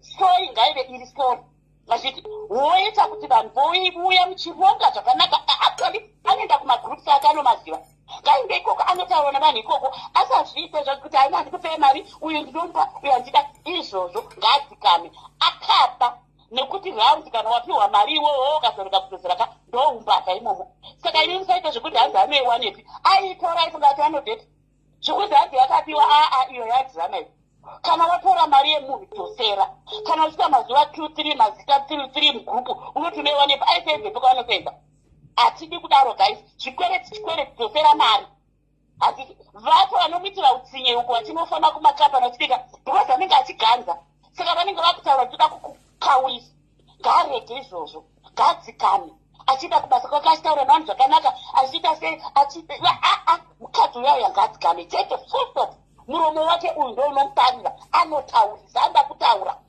kwakamukakanisa ya ndapedza mapedza chimuka mamutori nehasha chaidzo ndine hasha nokuti vanhu vari kutadza kuona point kunzwisa kuti nyaya iri papi apa nokuti vanhu tingotaura tei vanhu vanonoenga ndisisei kuti iye ndiyakatanga nyaya dzekuabhisa vanhu pafacebook kupula vanhu vachimutya vechiuno chavo chakanaka veve vakapuliwa last time vakazanyarara vakapuliwa mai vakanaka ekuamerica veve vakatonongora vakashamiswa munhu wese anoita zvazvo kuinda pafacebook obvati nindinoitwa ndine 1.5 million otonongora vanhu oshura vanhu vonyarara hatidi izvozvo tikama right, thank you very much Kola chizororai chimbonzwa vamwe Kola vane hasha. Hello Kola. Hello. Ende ma platform makatsamwa. Ma platform makaoma. Ndimi muri kufona makatsamwa zvokutodaro makatsamwa. Hello Kola taurai. Hello. Taurai. Ndirikusapotaiwo vachangovhava vataura chaizvo munhu yanongoonai kunge iye achimbotadzirwa ende nhasi anga achiita name dropping foot of big names ataura akati hanzvadzi yamai vangu chief mandipaka veve I think ndo vaitemba nawo mazuva esaya zvino havasisipo kachief mandipaka osaka igara ari kumapurisa osaka izvo zvazobatwa kudai ngaazidzire kuzvininipisa because nguva yake inosvika and this is your time dai anga rimwe munhu angoitawo zvinhu zvokuti agarike naye mucommunity kutoti munhu anenge achingofaita vanhu every day oti ndinodeno pakaipa but plasofoda kusarendai. Thank you very much. Haiwada kusarendai ndiwo chete. Hello Kola. +44 hello. Hello Sis Melly. Yes. Ini Sis Melly landinotaurawo nhau yangu panyaya yese iri kuitika iyi kuti pavanhu vese hongu kachikiti chakatadza pamaraunds handiti but ivo vamwe vanhu pane vamwe vanhu vekuti hatitombozivi kuti vanga vari mumaraunds aya asi vari kunzi vakapiwa mari kwozoita vamwe vari kunzi havana kupiwa mari like vanenge vachingonzi skomota ukamutarisa paevery life inoitwa yachikiti shes there even hanatinashe vachiripo she was there chikiti chiri mujeri aivepo pazvese they've destroyed chikiti in different ways yavakaitawo yavaifungawo kutiwo ndo kurivenjawo kwatinoita both sides vanhu vese ava vatadza hatidi kunyeperana hatisida kutarisa side one kuti chikiti ndo chinotadza pasocial media both sides dziri kutadza ukatarisa bitterness family every day there's so much bullying zvekuti hazvichaite level yasvika ndeyekutoti vanhu vakungofungirana kuti handichazisafe level rachona zvasvika handiti saka kuti tingoti yazobudawo nhasi yekuti chikiti kwanzi yakazotaurawo pamusoro papresident zvimozve zvinhu but pane kaplotting karipo nekuti vanhu ava vanoda kuwachisana hongu vanhu vangati hanzi hapana kubhadharwa mari but pane kakubhadharwa mari nekuti zvinhu izvi zvakanyanyira kuone side because if nyaya ichitongwa zviri fair inotongwa on both sides kana pachitongwa nyaya yekunzi vanhu vakatadzira mutungamiri wenyika huyai apa panotorwa both sides not one side sezvatiri kuona izvi kuti kunenge kungobuda one side richiapologize both sides dzakakanganisa enge information inolika inenge ichingolika ichibva nekuside rebitterness kunzi muchatonzwa nhasi pachabuda zvakati kuchatonzwa zvinoitika mushure mekunge pane vanhu vari kurongera munhu zvinhu zvakafanana kuti iwewo ukatuma munhu kuba chinhu right handiti pakangonzi pashayikwa chinhu iwonawo uchitoziva zviri kutoitika kudhara nekuti ndime mapulota kuba chinhu chacho inini handina side handina kana chii but I feel hangu kuti this woman nyange akatadzira hake vanhu pane vamwe vanhuwo vakupulota zvinhu against iye neupenyu hwake maybe pamwe ndowe yauya wada kurivenja munhuwo we don't know but whatever they are doing it's so wrong because zvichasvika pakukwadzisa vana pane vana vari involved pane mhuri dziri involved pane vabereki vari involved kwazvakusvika dai zvachisvikawo pakuchipera takutokumbirawo kune avo vanozviti doctor sevanoratidza semunhu akadzidza chiutrai kuti vambopula out muzvinhu zvakadai so maybe zvinogona kuita utiwo painternet pasocial media panyara because level razvakusvika mumwe achangonzi atsakatika kana kuti umwe munhu achangonzi afa of which hatina zvatinogera nekuti vamwe vanhu vanga vachitomborimo muraundi racho vamwe vanhu hatitomboziva kuti maraundi aiitirwa papi but we talk bad about it so inini I think it's high time iyo avanozvitibita family kana kune avavo kana kuti doctor tikumbira kuti vachitaurira kana kuti nevamwe vavo vambodzora mbichana vachinyarara because kana dai vakanzi mai vachona vafa vana vacho they would blame kuti ivava ndo vakadai so mai vedu of which hazviti zvakanaka I think it's high time these guys they should stop this drama zvimbonyarara ava vari kuti dai adzosa mawigi angu kana ava vari kuzviti skomota in every life nyange yataurwa chikiti she's there enge vari mujera hatidi kunyepa vakataura zvakawanda about chikiti they said zvekuti I think munhu unenge watsamwa unogona kusvika pakuti handisi kukupa mari yacho because vakabudisa even masecrets akawanda about chikiti avaisheya navo so inini hangu ndongoti both sides dzatadza so they should be kutongwa zviri fair vanofanira kutongwa zviri fair because apa zvakungoitonge chikiti ndiye anotadza pasocial media panotukwa vanhu tikada kutotarisa kubitterness family avo sisi vari paisland vanotuka vanhu zvekuti hamuna kana she's not even far from perfect kana ivo vari pastates apa vanotuka vanhu vari pascotland madimikira hobo this woman are destroying each other we don't want those people in community hongu chikiti atuka president chete but you are destroying lives in community izvezvi zvavanenge vachinyora vachiposta you are destroying each other psychologically chaiyo izvo zvita kunge vanhu vasina tichikwira nekudzika kuti yes entertainment we love it but you are destroying each other at the end of the day what do you gain after Facebook live what do you gain after zvese izvi even kufona kwandaiteka hapana chandinombopiwa kunzi akola wapiwa chakati at the end of the day so these people yes entertainment tinoita but zivai pekugumira stop this drama kana magara mafunga makudzimba dzenyu zivai kuti Facebook inopera you need kurarama a normal life vamwe muchagara maabhita zvakafanana uye azosvika shabhani azosvika pastage yekuti iye anototi anzi kusvika kapetwa vanhu vanoisa live rekuti munhu kusvika apetwa kupetwa kwemunhu kureva kuisa munhu mukofini unosvika pakuita umonde wekusvika mekuti makuda kusvika pakuurayana kuti anzi kusvika kapetwa kamunhu takafusira kusvika nekupindwa neumondi asi mangwana mune muchitisira kuenda kuchechi if ane marounds let him own up agare pasi ataure aite vemarounds vamwe vanambokweretwa sevekustates vakakweretwe vekuscotland makakweretwa here ava vekuisland makakweretwa here havana but vazosvika pakutoisa leve kuti anzi kusvika kapetwa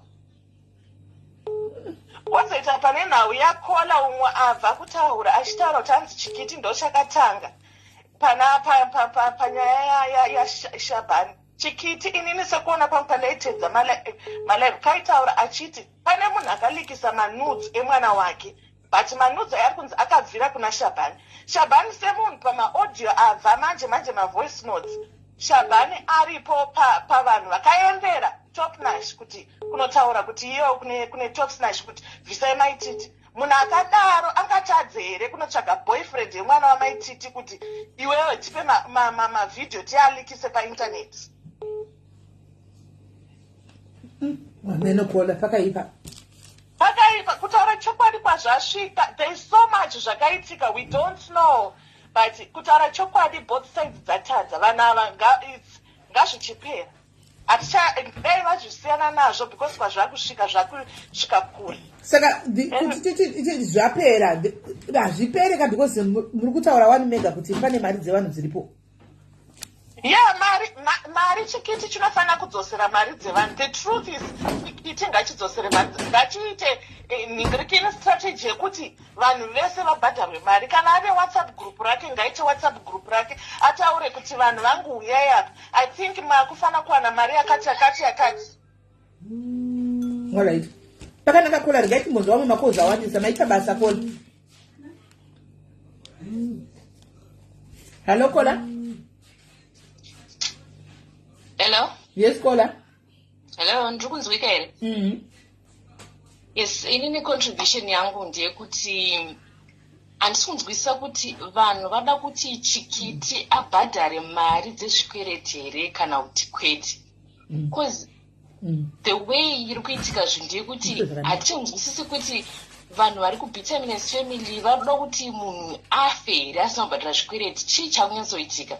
Kuti tinyatsonzwisisa kuti chii chavarikuda kuti chikiti aite. Because nyaya iyi handika yakatanga ichinzi toda kuti tipushe kuti munhu abhadhara zvikwereti.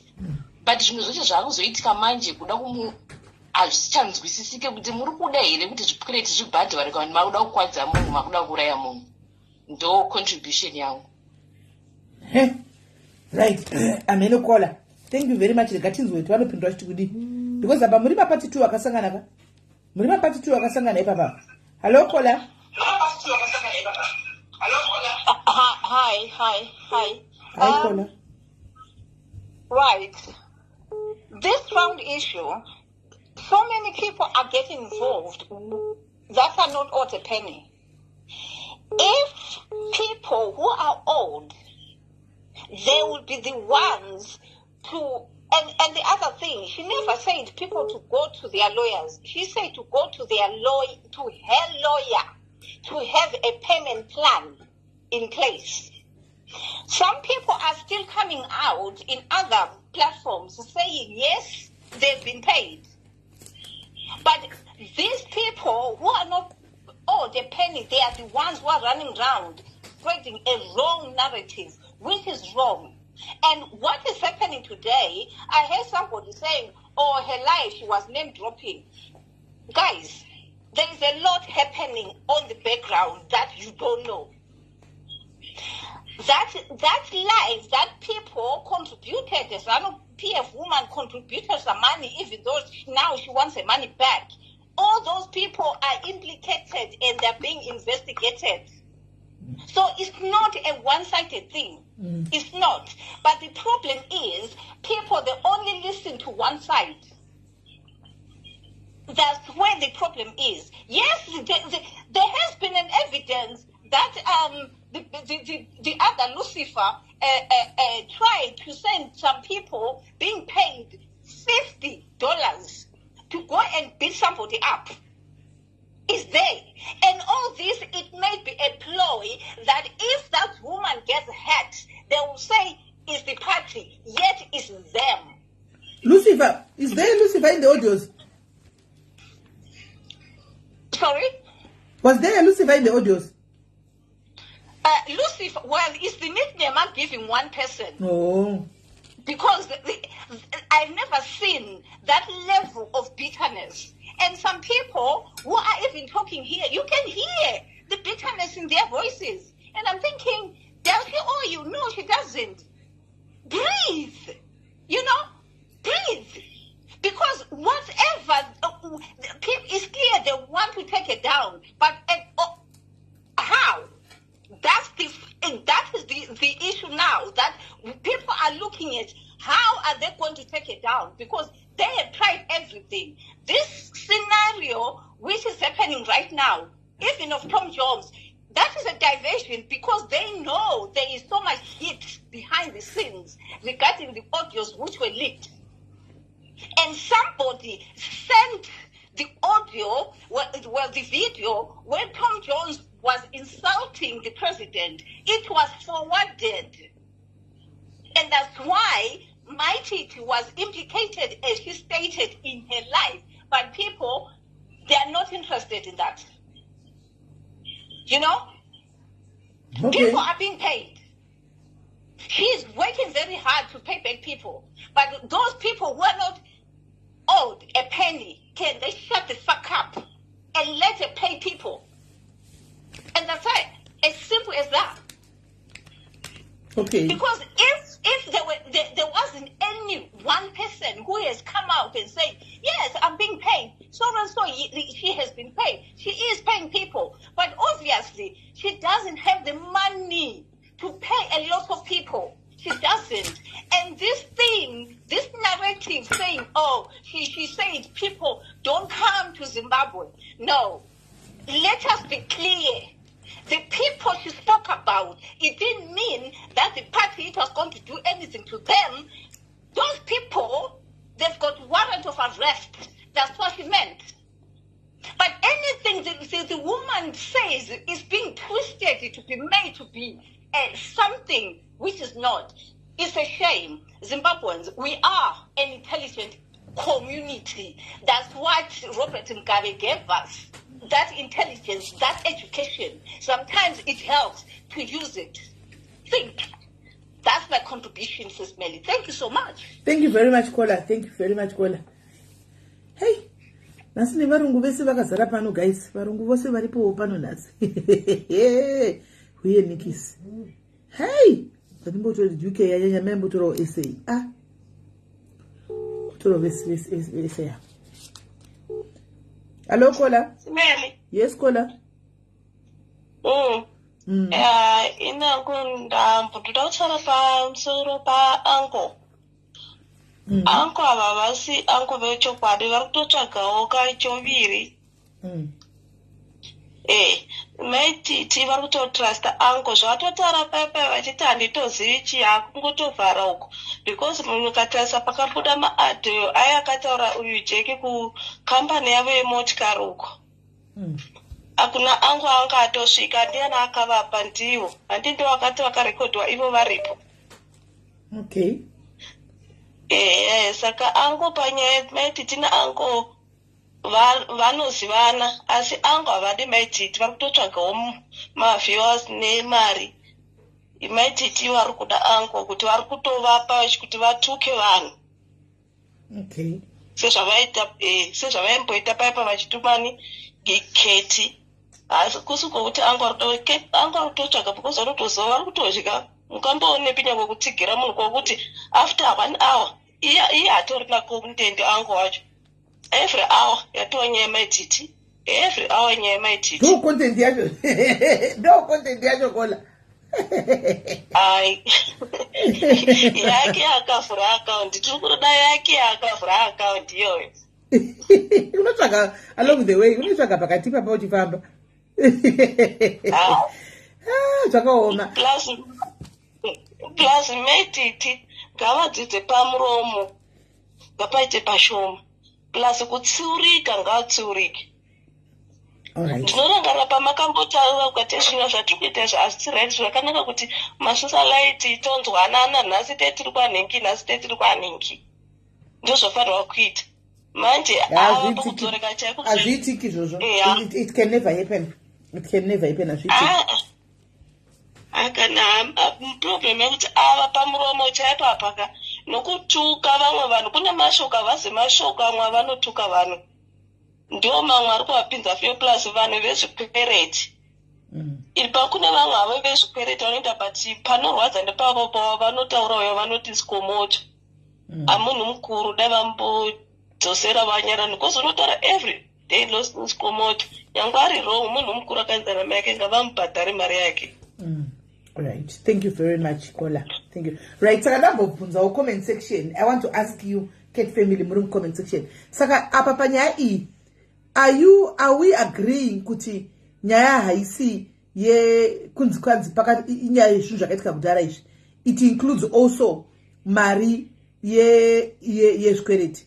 Ndizvo. What do you think? Mogona nyora mu comment section yenyu. Kola, hello. Nyaya iyi zviri I don't think kuti maititi vakazwa nyaya iyi kuti hadzizvoni kuti zvevanhu but nyaya yakarerwa yakamsangano achiti ninga wasvika mabhuyi wati wati amefaketsiya yonyanyisa vabhuriro kwete zvedzikweleti dzevanhu. Then I think vamwe vanhu vavakazive maybe vane maconnection kumusoro kundobva vatazobva zvavabairira. Saka haitombonei kuti azive zvikweleti chema kwakaita vanhu zvikweleti kutoitika kwete kuti adzi anakete Shakira, anakete fonera dedhi vako vanhu vari kudisturba foni yangu achifona. Fonera dedhi vako ngodzoti mama vari palive taura kola. saka vanhu vakutowana information kubva kune anakete chavari kungoita kunobhadhara munhu ari kulikisa information aside ramaititi but hapana chavari kuita anakete because hatingati vane connection zimbabwe but kune munhu ane connection akati zii ari kungopresa mabhatani kwete ari kulikisa information because anakete vanozonge vowatopuwa nyaya vachikuitika ndechekuti maititi vakurerwa zvekuthretena vanhu ndo vakuthretenwa kavakutiza nyika yavo yavaita aziye you won't enter zimbabwe, you won't enter zimbabwe, ivo vakuitiza zimbabwe ndochita zvanational town. Right. Saka guys, imimi ndambobvunza Kate family ndakati right pataurwa mapoints akawanda. I want to go to the points anditi pataurwa nyaya yekunzi minyama antika yevanhu kama stuff like that. Pakataurwa nyaya yekunzi vanhu vanenge vachida mari dzavo like okay mira ndinyatsotaura ndichida iso party iri kurwisa chikiti anditi iri kuzviti bitterness family anditi party iri kuzviti bitterness family vari kurwira mari dzevanhu ndizvo. Hapana masters tembi amenodzizoka ari kuita sei anzi ari kungoshayikwa achidzoka ameno zviri kuitika ndizvo here guys. Toda kubvunzawo ipapa my question. Party inonzi bitterness family ishi yakavhurwa iri bitter because iri kurwira mari dzevanhu ndizvo here? Pindurai. Ende kama uyu ataurwa ari kuuya futi nekuda kwenyaya dzemari dzevanhu ndizvo here? Ndaona 3 so far but yes 4 yes pick my call fona yes Evelina yes my BS fona uitariro ndiatenda tarira mena ari kona. That was the purpose of that part. Handi muri kunzwa right. Saka kana kuri anza zvisi zvemari sisi majority kuti ndezvemari ona haisi nyaya yemari. Bitterness family anditika iri kurwirei. Ngatitange pakutanga, let's go pamudzi. Bitterness family iyi iri kurwira chi nakiti inyaya yekuti vari kuti antimuzoti sikomoto wamukutaura kuti part of bitterness family anditi kuti aite part of bitterness family is because of mari ndizvo kuti ari kuti ndoda mari yangu. And then ava mafriends nasikomoto anditi vakatora kuti tikuti justice yemari dzevanhu vakatorerwa mari dzavo andika including some other names dzaimbodropiwa mastreet imo kwana chikokiyanako ndizvo andika toti in other words vari kuti they are the voice of the voiceless andi ndizvo. Right. Kate family, I want to ask you a question. It's just a suggestion. Andika, it's a suggestion. Ndangoti tuonesana andika kuti zvinhu zvipere because kana muchida munhu zveshua I believe kuti right now you guys are not okay. State yamaona mai venyu vari. Munenge musitombori right. Anomaona zvinotokubatai umwe kola achema panapa mamunzwa. Andi muri kuona. Saka nyaya iri panapa kuti bitterness family ivhurwe from the word go. Inyaya dzemari dzevanhu. Ndo pane nyaya. Pamari dzevanhu. However, imimi bitterness family munozviziva kuti mai venyu right now vanotoita zvema endorsements. Vanoita zvokutotengesawo maproducts ava vanenge vachitawo vachigadzira vachita sei vachidini anomaona kuti vakwanise kurarama. But we all know imimi Kate family we all know kuti mari yekuita tunoitika izvi vanenge vachikana kurutobhadhara vanenge vachitobhadhara mbijana because obviously hakuna mari ngani dzinobuda. Kwaitotasira maybe kuti kunobva mari yakawanda antika kwaigona kubva mari yakawanda ndiko kuno kuUK and of which UK inosupport but now hazvichaitiki. And yes of course maproducts anogona kupinda muno ndoda kudza ichokwadi but kana muridzi wemaproducts anditika muridzi wemaproducts usipo kuti upushe product yako wega ndokudzai guys maproducts afambi. Zvotodai uriwo muridzi uri paground uchipusha products kuvanhu vako kuti maproducts atengwe handi ndizvo. Now hazvitofanani kuti muridzi hapo ari kuZimbabwe product iri kuno kuchipushwa haifambi zvekudaro. Saka mari right now inenge ichimirira mari kubuda paZimbabwe. Pamari kuZimbabwe ndo panobvawo mari yekuti vana, ndo panobvawo mari yekuti marent house, ndo panobvawo mari yekuzvimwe zvinhu zvinenge zvakawanda. Saka you can see kuti vanhu vanobhadharwa slow. zvichienda. And it's not about money. Right? Ndoda ngoaddressa in case, let's say, nyaya dzezvikwereti. How about in mimiket family, as much as moms wenyu vachitaura kuti havadi zvavo kubatsirwa, but kana muchida munhu wenyu, guys, pafair chakuchika muchida mai venyu, guys, you guys would make a plan. Group renchechero kuti munotoita mari iyongana ka1. Moti munhu wese come forward. Makawanda zvokuti dola chairo dola. Mukati uyu inobva yatopera ka1. Toona kuti kune kushandira chimwe chimberi inenge chiri bitterness yechi. It's a suggestion. Kune kuchine bitterness yechi. Vanhu vese vapiwa mari dzavo. Bitterness inenge chiri yechi. Then after that vano blockana. Kunenge kumonotuka munhu panyaya dzei. No, it's just a suggestion. Andimona, yandiri kungozama kuti ndiite. Andimona, it's just a suggestion. Vanogona kudaro no go fund me because of mashoko anenge achibuda kuvanhu tari. Andika. But iyo family kana ichida kuzvita vanozvita vega. Whether vati no kana kuti yes, vanongozvita kuti pane nerunyararo. Nokuti kana vachivhaliwa peace yamai vavo. Seriously, they'll do that, guys. Pafair chako chaiko. If they value peace yacho, zvichokani zvokuti vari kuti kudinika vanozvisiya, because obviously munhu wekuti munhu wekuti vanenge vachitoti handini noti ndizotuka uchinzi wakontribute kwamangwana, but ivo vanomukira makuseni vane mabori mukumbira muchiita kundindiku handibira tikuzona. Alright, kola alo pana kola rokufona that SIS MELLY musikana wewe ngadzosere mari dzevanhu. Ane mari yakabheja yatete vaivai kuti havapi mari iyoyo yetitete vaivai vakabuditsa proof yese. Kola takazvinzwa. Kola ndozvatiri kuzama kuti tionesane, because this is not funny anymore. Ndozvatiri kutira kuti tionesane izvozvo. Yes, handisi kutombojoka. Chokwadi ngachitaure. Loloka, as much as you are bitter iwe pachezvako, andika munhu uyu ane vanhu vanomufollower. Andika, that's a fact whether you like it or not. Ane vanhu vanomufollower, vanochomuda zvekudaro. Pana umwe kola vachema pa ngosati wauya. Pana kola vafona vakachema. Andika. So if they love you like that, andika, truly speaking, vachida munhu kana vanotida ini chakuchoka. Chondeka ndaporonga nasanti. Vachimira neni. Ndikadzapinda padambudziko vanondinyukura. That's what chokwadi, guys. Vanondinyukura.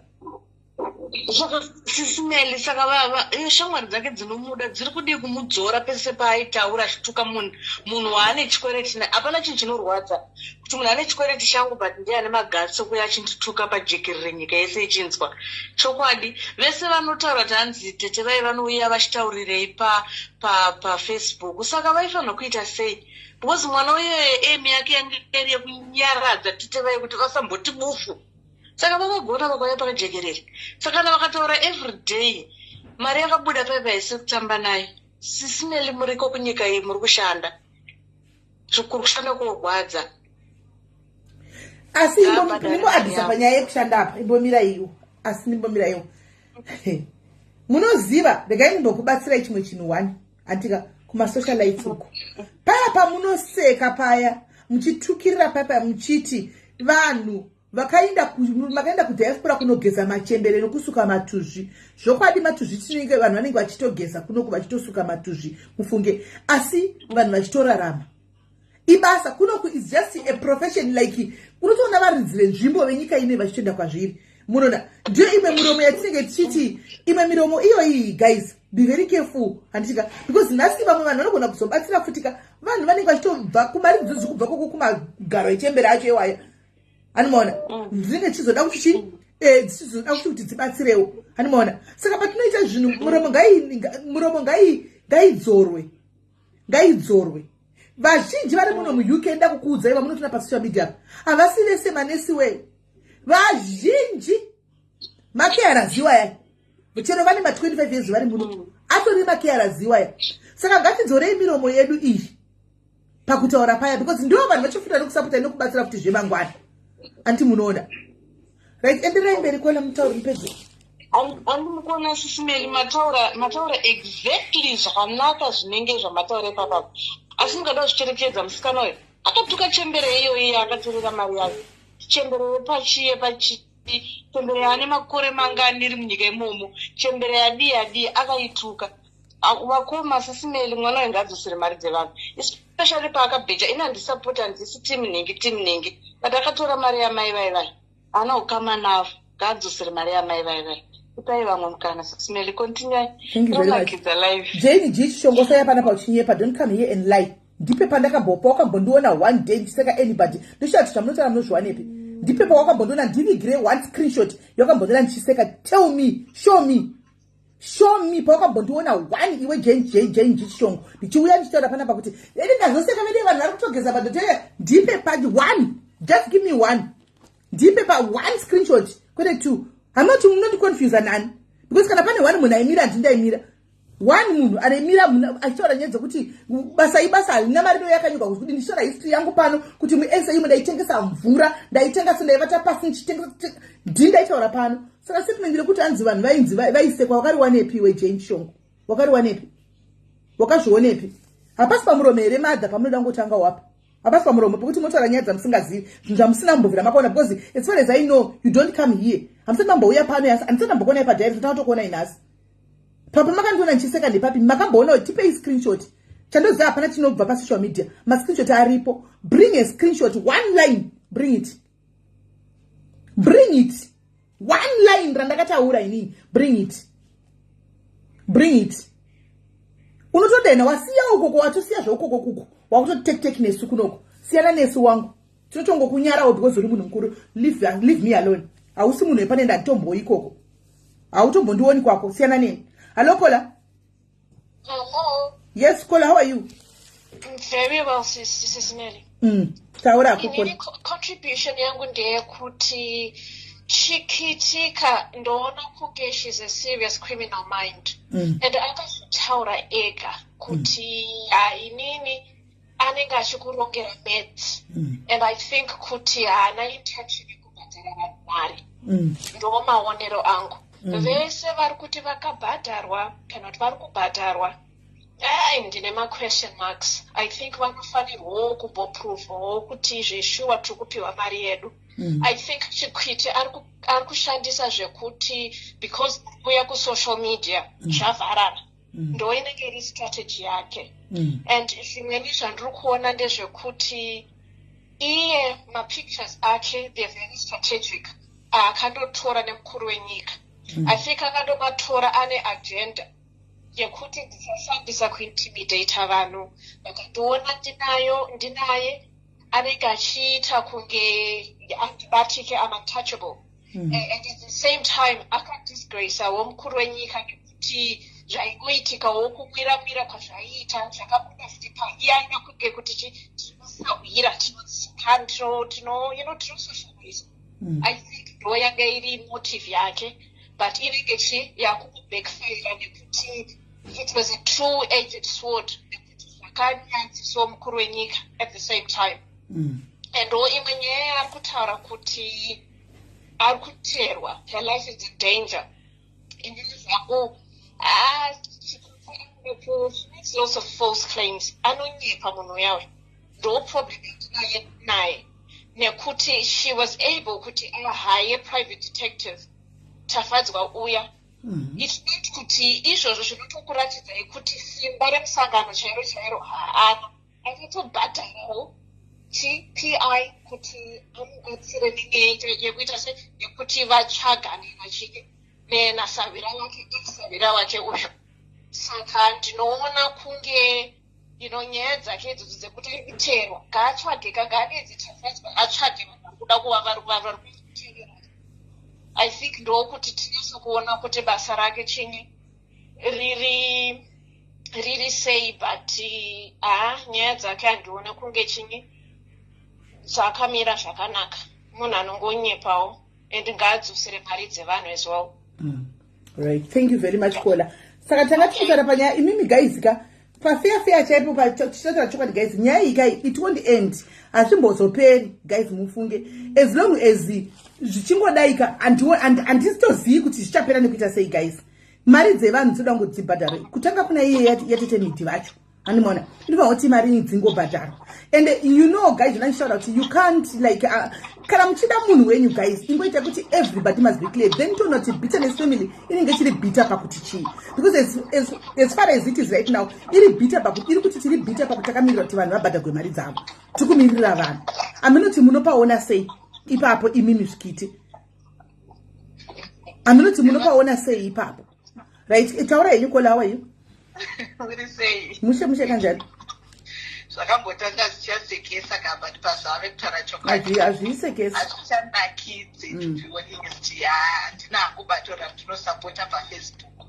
But with the current affairs zvikuitika zviSmelly, this is deep, to be honest. Because the moment yaunoudza munhu kuti nyarara handiti, then anobva da kukuratidza kuti aiva kunyarara kusvika kuchikoro kwatikaita sei? Kwatakaenda. Saka at the end of the day, chero vanomusapota chaiwo ndikutongoona kuti pamwe zvikiitika zvakutongonyara kutongobuda musaka kuti isusu zvamai ava tichada. Uri kuona? But zviri kuitwa namai ava zvitori toxic, to be honest. Very, very toxic. It's not good kurarama life yekuti uyu ari kuchema newe, uyu ari kuchema newe. Left, right and center hakuna munhu ari kukufarira. Zviringotaurika. It's bad about you. Hapana chakanaka chikutaura pamusoro pako. And you expect kuti unorarama upenyu huri safe, upenyu huri right. Pakadaro. Kana ari mumwakika. Izvi hazvichanakidza izvi.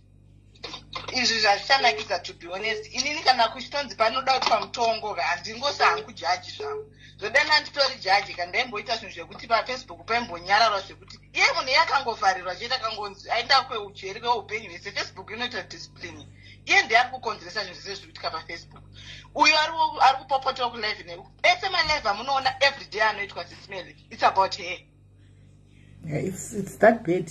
Every life iri kuitwa every day paFacebook. It's about her. Then you expect kuti unorara hope uchitorota. The woman. Yeah. I don't know. I thought maybe what you could tell away, do naked family irimu comment section so that they hear Humana, because guys, if you really guys, if really you love me guys, of course ndine pride yangu semunhu. I've got my own ego semunhu anti ndichauya nditaura kuti guys inangu handisikuda dzenyu zvakadai, but ndichizva zvakandikaka nditi kune vanenge vachitondida vanotoenda kukona uko vanotondida voenda kukona vangoita zvinhu zvavo chinyararire kuti ndibude munyatwa. Handiona vongosara clear anokuitire malive achikupruvai kuti haamuri kuti ndarohwa ndiri pano. Handimakanaka live akaita nezuro ke 15 minutes 10 minutes akamboita malive 10 minutes kupi kakanga rika live yekuda ngokuti mungoona kuti aiwa ndiriko zviri kutaurwa nevanhu kunyepa, but hatina kupusa ende kuri kubva nyaya tiri kukuziva nekwai dziri kuenda tiri kukuziva. Zvekutoti ivava vana uyu vakuramba vachiita malive vachida kutaura kuti izvi dai zvanyatsoramba zvichiitwa ka, asi kusvika apetwa ndokuti Facebook ite order. Hanzi imi mari iri kubhadharwa, but karaboona ndizvandiri kutaura mari muri kuti iri kubhadharwa ndizvo. Pasina kana hwana ari kuuya paFacebook achitaura kuti ai nini yangu. No, there's a lady, pane a lady auya pana pakati ini yangu ndakabhadharwa. Umwe akatotaura kuti nemafriends angu ari kubhadharwa. But now we all know the process will be slow. Because mari yacho munongozivawo kuti inenge ichibva kupi mari yachona. Ndeye kungoti hustling, obhadhara hustling. Mari kana vanhu vacho vakawanda. Ndosaka ndichiti zvichibhadharwa mbijana hondo dzese idzi dzinenge dzichingoitika. Handimaona dzichingoitika. Ndakaenda kwaloya, kana ndisingazive zvemaloya ndotovharwa kana kuda kwekuti handizive zvemaloya. Ngangopa vanhu mari dzake sematorero akangodzita pakatora mari papane maloya. Papa na lawyer akatimakupa vakacreata yaibira vanhu mari akuti kana uchida mari yako go and report and nyaya yako endeswa kumalawyer so that we can pay you. Pokanganga uchitora mari dzevanhu magrupu mu wongo uchipapa na lawyer angari then if I was Kate family tara chokwadi what I was going to do inini then Kate family ka kune ma supporters ekutodaro ariko kufake family zvokuti madza vari kutaura kuti hanzi handidi ndaitosiya inini then Kate family nengotaura kuti guys vese vari kuda group katipinde yu dola pamunhu and ichikaccount yese mari madza vacho vasingatozivi mangwana vari muri kuziva listing ngaiuye uyu ningi tatompa pajekerere uyu ningi tatompa cleared. Then I think it's over zvapera. It's not about marika. chakonzera kuti asvike paari nhasi inyaya dzemari dzevanhu dzaasiri kubhadhara. Ekuri kunzi anga kasinana chikwereti chevanhu handifunge kuti aitirwa malife to such an extent yekuti azosvika paari nhasi. Saka nyaya dzemari dzitori involved. Those vari kuti it's not about mari ka ende munorara because inyaya dzemari dzamusvitsa paari nhasi izvezvi. People are crying out there because of their monies. Ana siteteni dhiku vari kuchema achitaura achibhrega pafacebook kuti ende mopiwa nana tinashi. Saka munofunga kuti munhu anozorora pakadaro. Yeah. It's about money. And akasapedza kubhadhara zvikwereti izvozvo naMwari kudai vanoramba achitirwa malife achatsikirirwa kusvika amen. Saka vari kuti it's not about money. Ngavaende zvikiti vava ngavaende vanovata. Wow. Right. Thank you very much, caller. Thank you very much, Maita Basa caller. Yeah, hapana kumira mushe. Right. Guys, I think Anzi ameno ko bitterness family inoda kuita my life ayo. Andika rigai ndidone zvangu TV vapeo vatange my life avo. Kwanza wada kuita my life avo private itakurita itora several times private number. Private mauya futi. Hello? Hello, SIS MELLY. Yes, caller. Inini ndoda kungotaura chinhu mwanga kuti ndiri kuona zvangu kuti muri kuda kuti nyaya iyi ipere, but chokwadi ndechekuti there is only one person ane the power to stop everything. Ndiwo maititi. Can you imagine kudai vanga vauya on live today voissue an apology iri sincere to the people wavakatorera mari vongoti sorry, you know, ndiri kuziva zvandakaita whatever, so womboita withdraw yourself from this chaos around you, and then you take a step back. Even my celebrities are so high up that vanoita take time off social media kuti my storms amboita quieted down. But chiripo caller, listen on that one now. You know kuti basa racho rake ndiri pa social media. She goes quiet now. Anorarama sei? Aiwa, iwo uri kuziva zvauri kuzviitira. You're not going forever. Urida kungoita quieten the storm iri around you. Iri kuita kuti wasvika now payapoint yekuti wakutaura kuti your life is in danger. Take some time off. Issue an apology. Take time off. Everything will die down. Hapana ne content, hapana ne chi, hapana kutaura, because there is nothing going on. You know? But here she keeps insisting on coming and fanning the flames here, rather than kutozvita withdraw. And people don't realize, my social life, you don't realize it. Kuti isusuka, we are only loyal to entertainment, not to you. Atini neni, kana mwaya ni nyaya zenye so tofara, tokometa, todi, todona, toba tuenda kwa swaga, tokometa, tofara, todona, toba tuenda kwa ketina, tunaseka, todona. We are only loyal to entertainment. Atisi zombo grupa kuchikise mari together. No, we are loyal to entertainment. Check. Anyway, again, did drop and before I went. Yeah, Pakaipa. All right, caller. Thank you very much. Yeah. Hey. Hello, dear. Hi, Smelly. How are you? I'm fine. How are you? Ndudango kontribute angu mchiri pa live. Yes. Ina angu ndudango kontribute ndisi chikiti family chichi. But ndudango kontribute uti. You know kuti vanu iso sho andi vatu vanda kuita ma live, vari kuita ma live vachimuita se. Iyo kurakisika kwake ka inini sekufunga kwangu. Ndikufunga kuti maybe munhu akutotiza kudhara. Saka ivo vanenge vachiti vari kumukirira. Zvinotogona kumupa asylum izvozvo zvavari kuita. And there is enough evidence yekuti she can even get asylum. And iye atozvitaura kuti ndiri padanger. Okay. All right. Ndo contribution yangu wewe. All right, thank you very much, caller Maita Basa.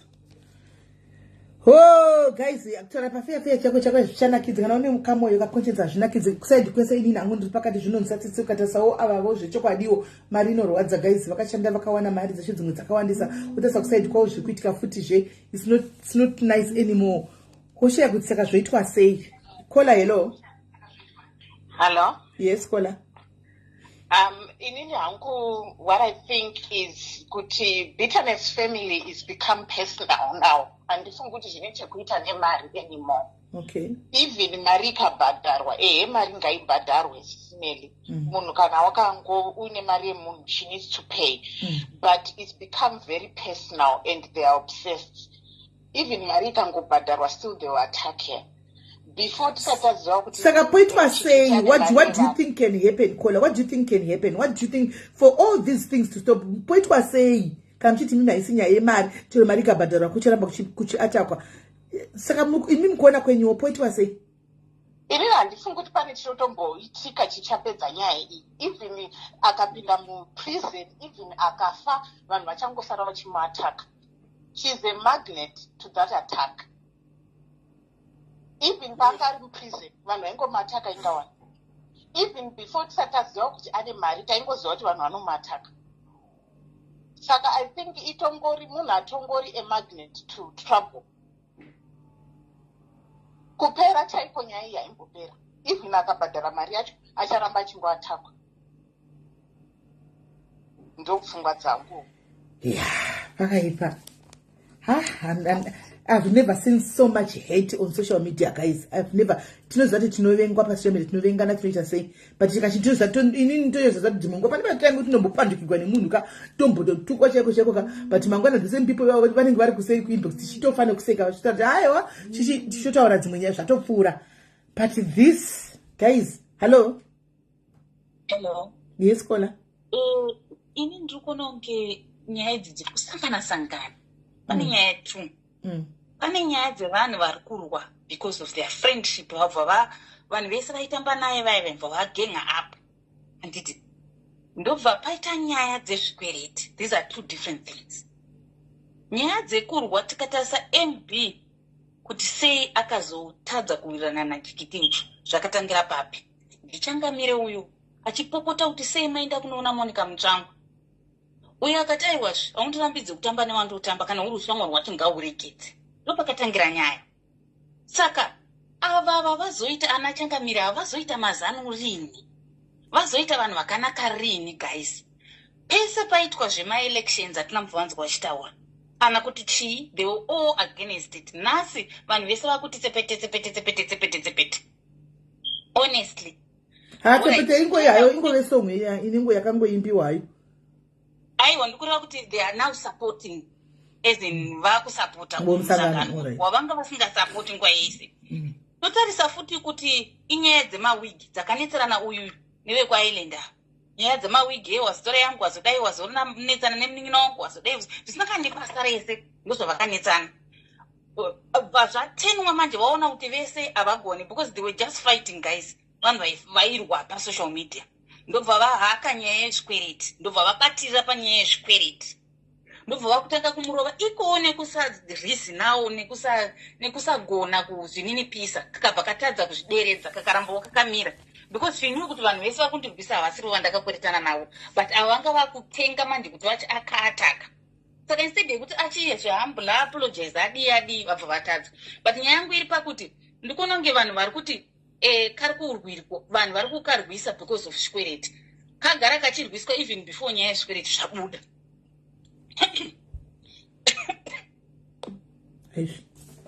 Right.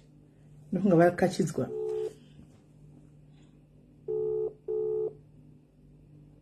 Hello, Kola. Yes, Sister Melly, how are you? Yes, and how are you? Ndiwo kupesira chitaura tinzi. Okay, yeah.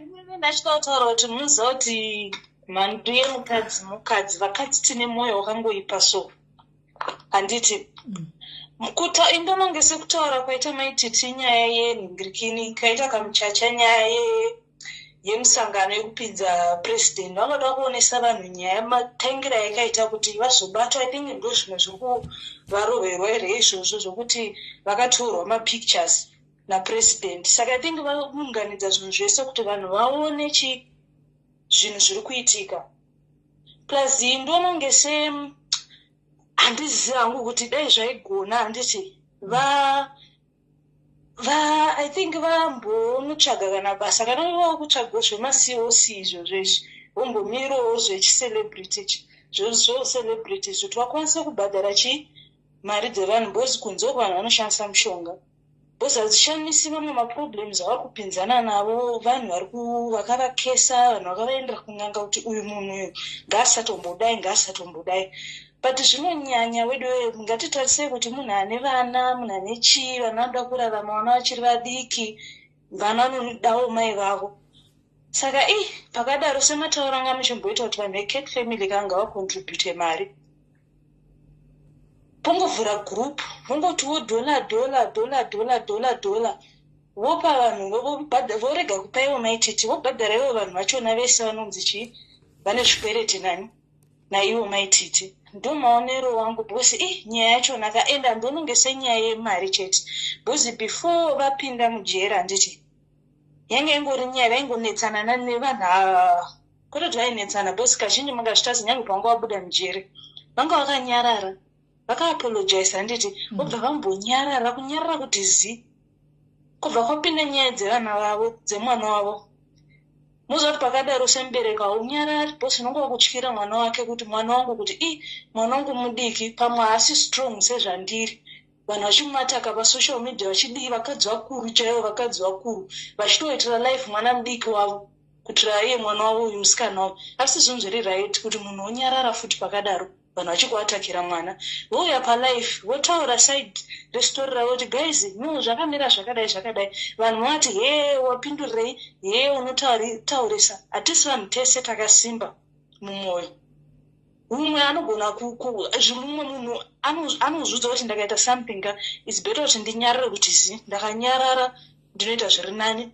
Umwe haatokwanisi kudaro, fanika inini hangu handikwanisi kunyarara. Zvikanzi paitika chimwe chinhu kuti ndisarambe ndichizvifunga rega nditotaura ipapo nditozviadresa kuti guys so zvopera. Because ndakachengeta chimwe chinhu ndipo unozorohwa nemabp, munhu wozodii ungozodonha. Because pazvinhu vazhinji vari murodhumu, vanofamba murodhumu vamwe vari kurwara izvezvi vachifamba, vamwe ndo vanongozodonha because vanhu vanochengeta zvinhu mumwoyo. Saka ine handiblame hangu kuti vataurirei, vabudirei, vataure, vanoda kuadresa plus mafollowers avo anenge ava worried kuti munhu ari kupi, chazodai, chii chiri kuitika. Osaka vakauya tikaita life nezuro ye6 minutes kuti guys ndanzwa nekufonerwa nevanhu vachindibvunza kuti uri safe here, uri chii chiri kuitika chii. Saka ndatirega ndiuye chii palife ndokuratidzei kuti chii ndiri right. Ndosaka vakauya vakaita 6 minutes life yavo. Ndapedza zvangu. Right. Thank you very much, Kola. Thank you, Kola. Guys, chirega indiende, but pane lesson apa yandadzidza. Togara taura kuti pane every week chinoitika pane lesson, guys. Chekutanga, never ever kuseka vamwe vanhu pane chimwe chinhu, even chero muchitukana makatsamudzana sei, because one day it will come back to you. Kutaura mamwe mashoko, even uchitukana nemunhu wako mamwe mashoko kuti sesu tine mafollowers, I think ishinoita lesson chako kuti ndakatuka munhu chitaura futi second ndosaka richigwara neAIDS. Zvinoreva kuti ndine vakawanda vanhu vanondifollowa vane chirwere ichi. Handakutuka munhu wandatuka vanhu vakawanda. Chero ndakazoda kukorekta kuti ndandisingarevi inini but zvinenge zvasvika kune vanhu vakadaro. Handimaona. Nyaya dzekungo muromo yedu ndo kazhinji ndoita downfall yedu. Ndadzidza guys, ngaitewo lesson kwamuri. Ngaite lesson kwamuri mufungi. Handimazviona. Panguva ine yekuti vhumai kupusa guys. Vhumai kupusa. Pane vamwe vanhu vekuti kutaura chako vanenge vachigona pazvibhakira vachitouya. Handimaona. Asi panovamba kuti pane zvimwe zvinhu vanongoti you know what, rega ndingosiyana nazvo. Handimaona, rega ndingosiyana nazvo because muromo hauzari gwinerwisi. Miromo yedu ngaiseme madownfall yedu guys.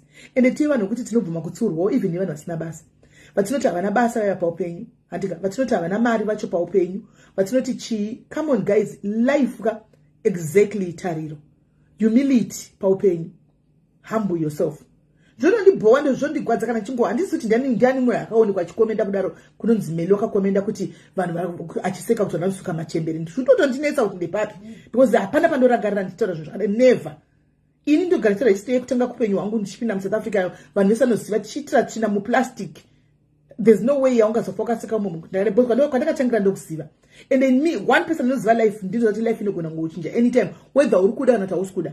Yangu yekuya kunoku, yes, it was a choice. Kwenda kuti ndakazomanikiza ndakadini handimaona but handioni handisi kuti pane munhu chete anofanira kunge ari papublic akaseka and then zvakaconfuse zvikanzi Melly because ndatoona vanhu vakatoti one day vachitaura zvinhu zvakadaro handimunoona ufuchi I never notarira ndisitaura munhu yenu ndoda kuzama kugadzirisa ipapo right. Imagine ndakagara pachigaro ndichitaura shoko iroro handika ndichipwatika kuseka mangwana wafuma kwaita mukana wakuda kuenda waenda panzvimbo ndikuzama kutaura nyaya yekuti kutaura zvimwe zvinhu zvinogona kuzoitika mangwana zvoti life hauzi tinomira sei handimaona izvozvizvi tikataura munhu kozoti kana zvinhu zvakanaka kana kuti zvakadii pakanzi paitika event yaitika zvisina kumira mushe mumwe munhu ari kuamerica nakucanada anogona kutaura kuti uya ndikubatsirei muye kunoko anogona kuti ndikubatsire simili muye kuno katondijamisa ndikaendako but now kana ndiri munhu kuti pese pandinenge ndichienda guys ndingori munhu angori anongotuka vanhu ngodi ndichingozvana ndinani who will help me? No one will ever want to help me. Miromo yedu guys ngatidzorei ipapa even isusu followers comment section comments handimaona tiri vanhu yes tine mapatinoda ningi but miromo yedu ngatidzorei guys ndo zvandaida ngotaura hangu. But anyway, I hope block all UK based Facebook. So let's just maybe just block all UK based Facebook celebrities. Okay, all right, okay. Thanks, Jack. So and this city guys, I don't know how kuti Kate family. What can you do? Pano manditi Judy and it is smelly de mama basira. No, I'm not a Kate family wangu. Inosara iri yangu ndini mumanero parakawira pa chiruwari kana zvanembuka iwewe Judy nditotokona uri tu uri big fan pana Ruthi moyo yaya pana iwewe pana na Marita I think mukachezazvike kuna Annabelle Maswanda very strong force yechikiti mukaita group chechere WhatsApp GoFundMe iri transparent guys. GoFundMe is a very transparent GoFundMe andimaona very transparent mechitoni kwati mapinda dola maridi yakwana kutika fe vanhu mutoza namba yuti tinezvikore vanhu vari kuda midi ari kweretwa 20,000 ninga kuti mari yakati maridi yakwana antika midi achisainigwa yake ningi Melly achisainigwa yake Naume achisainigwa yake Esther achisainigwa yake mari dzopera GoFundMe yoparara anti muri kuzviona haipindi maoko memunhu munongo distributa kuvanhu ichingosainigwa kuvanhu just like that andimaona you can do it kuti nyaya dzipere idzi you can do it then zvapera if it means kuti muchazouya hanzi stop forcing. I'm not forcing Esther, I am not forcing anyone. Ndikutaura I'm just saying my own mind andina kuti I'm saying my own mind and I'm allowed to say zvandofunga denda ndiri ini andiona denda ndiri inini ndaidaro but unfortunately inini hamusiri mimi andimaona hamusiri mimi then voita zvavanoita vapedza vouya kune vanhu ivava vesagwa iri kunzipita family yacho iyoyo handimaona sorry chaiyo handisi kuita zvenhikiri Ruth handina kuti ndiri kuita inga muri kundinzwisisa one guys musatore masoko pasiripa handina kuti ndiri kuita ndikuti pane munhu anganyora mucomment section handiti maona mucomment section handisimela nobhadhara mari dzavo I rest my case. Sekai, I rest my case. And I'm cheap, but I rest my case. Just an idea. You got the idea, suggestion, and you go kupa yo shanko imi. So get safe family. Because Madame gonna but go 1-1. But to list check one this. And then you know kuti mariacho ininge chuyo ombija. Kwa wanda kwa yobuda mareka to one day. Hakucha kwa nisikwinda. Kucha yendeki. You know the truth. But anyway, guys, I rest my case. Let love lead. And this was civil kuti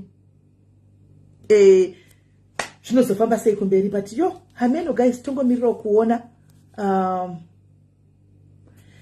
Josie kunga kuri kungotaura my sister I'm just giving a suggestion because tinongoziva tiri masocialite leo tine ego ne pride dzedu asikana pano wakambona socialite rinobvuma kuti nini ndinotambura ndiudzewo socialite rakambobvuma kuti ndinotambura ndiudzewo socialite rakambobvuma kuti ina handina kana chinhu tese toda kuzvitaura nezvinhu handiona toda kuzvitaura nezvinhu but reality of life kuseruku unongo chitozawo igota nakana sent ndo problem yatinayo tinoda kuzvitaura nezvinhu tese hakuna munhu anobvuma tina handina but munhu anenge achitostragula zvokutodaro but kana tauya pakamera patakaisa idima mekabidi takazora tachitokuza kuti zvese zviri kore kuti ndine mari dzangu handimaona but reality kuseruku isusu titoripo pachigaro totozviza I know what I'm saying handiona hakuna anoda kuti tine pride ego yakatigara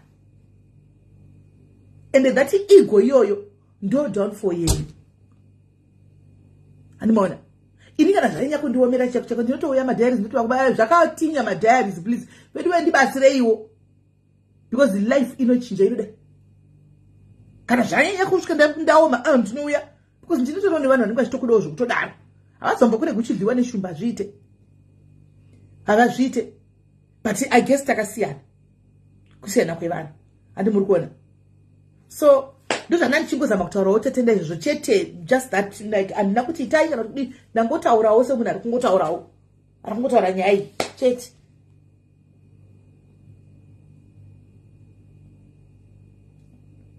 right so guys me I'm going hanzi ndikumbirirawo tiketi chimbresi handisi kuita izvozvo ndakudza wangu handisi kuita izvozvo mangana kunongo chinzi sinenge vangu vachipema handimona monitukusa chinsimila ipema shumbresi ya en admin here hanzi imi ukento ndisati kana nenhamba dzavo handidorina shamisa handitorina handitombodi zvangu kupinda ini ndotongota zvandoita ndoita vapublic mufunge handiite kuseri kuseri kunoshandudzwa zvinhuku ndinoita vapublic handiite kuseri guys so sorry yenyi papa anoona so hanzi auzi dimembe is okay ariko kuzimbabwe anoona so guys ini nangu ndakuenda tosangana zvakare muchirongwa tichingomirira kuona kuti zvizvi kuitika tozoona zvimwe zvinouya kana zvangoya utongoya kuti chingotaura handisi hatina side guys hatisedu side but inini ndingori nemumwoyo ndinengori nemwoyo wokungo handimaona kuti kumwe kuti chero chida kumbotaura sometimes kuti zvakati unenge uchingozvika kuti zita racho rinozongodhiregwa rako but unenge uchitohwawo mwoyo uchitongoti but zvakangooma handimaona so guys muve neusiku hwakanaka ndika ndaona mamwe malive ariko swaganenge ari palivewo endai munoonawo paswagani support andika tichienda takaenda takadaro. God bless you guys and take care of yourselves. Love you.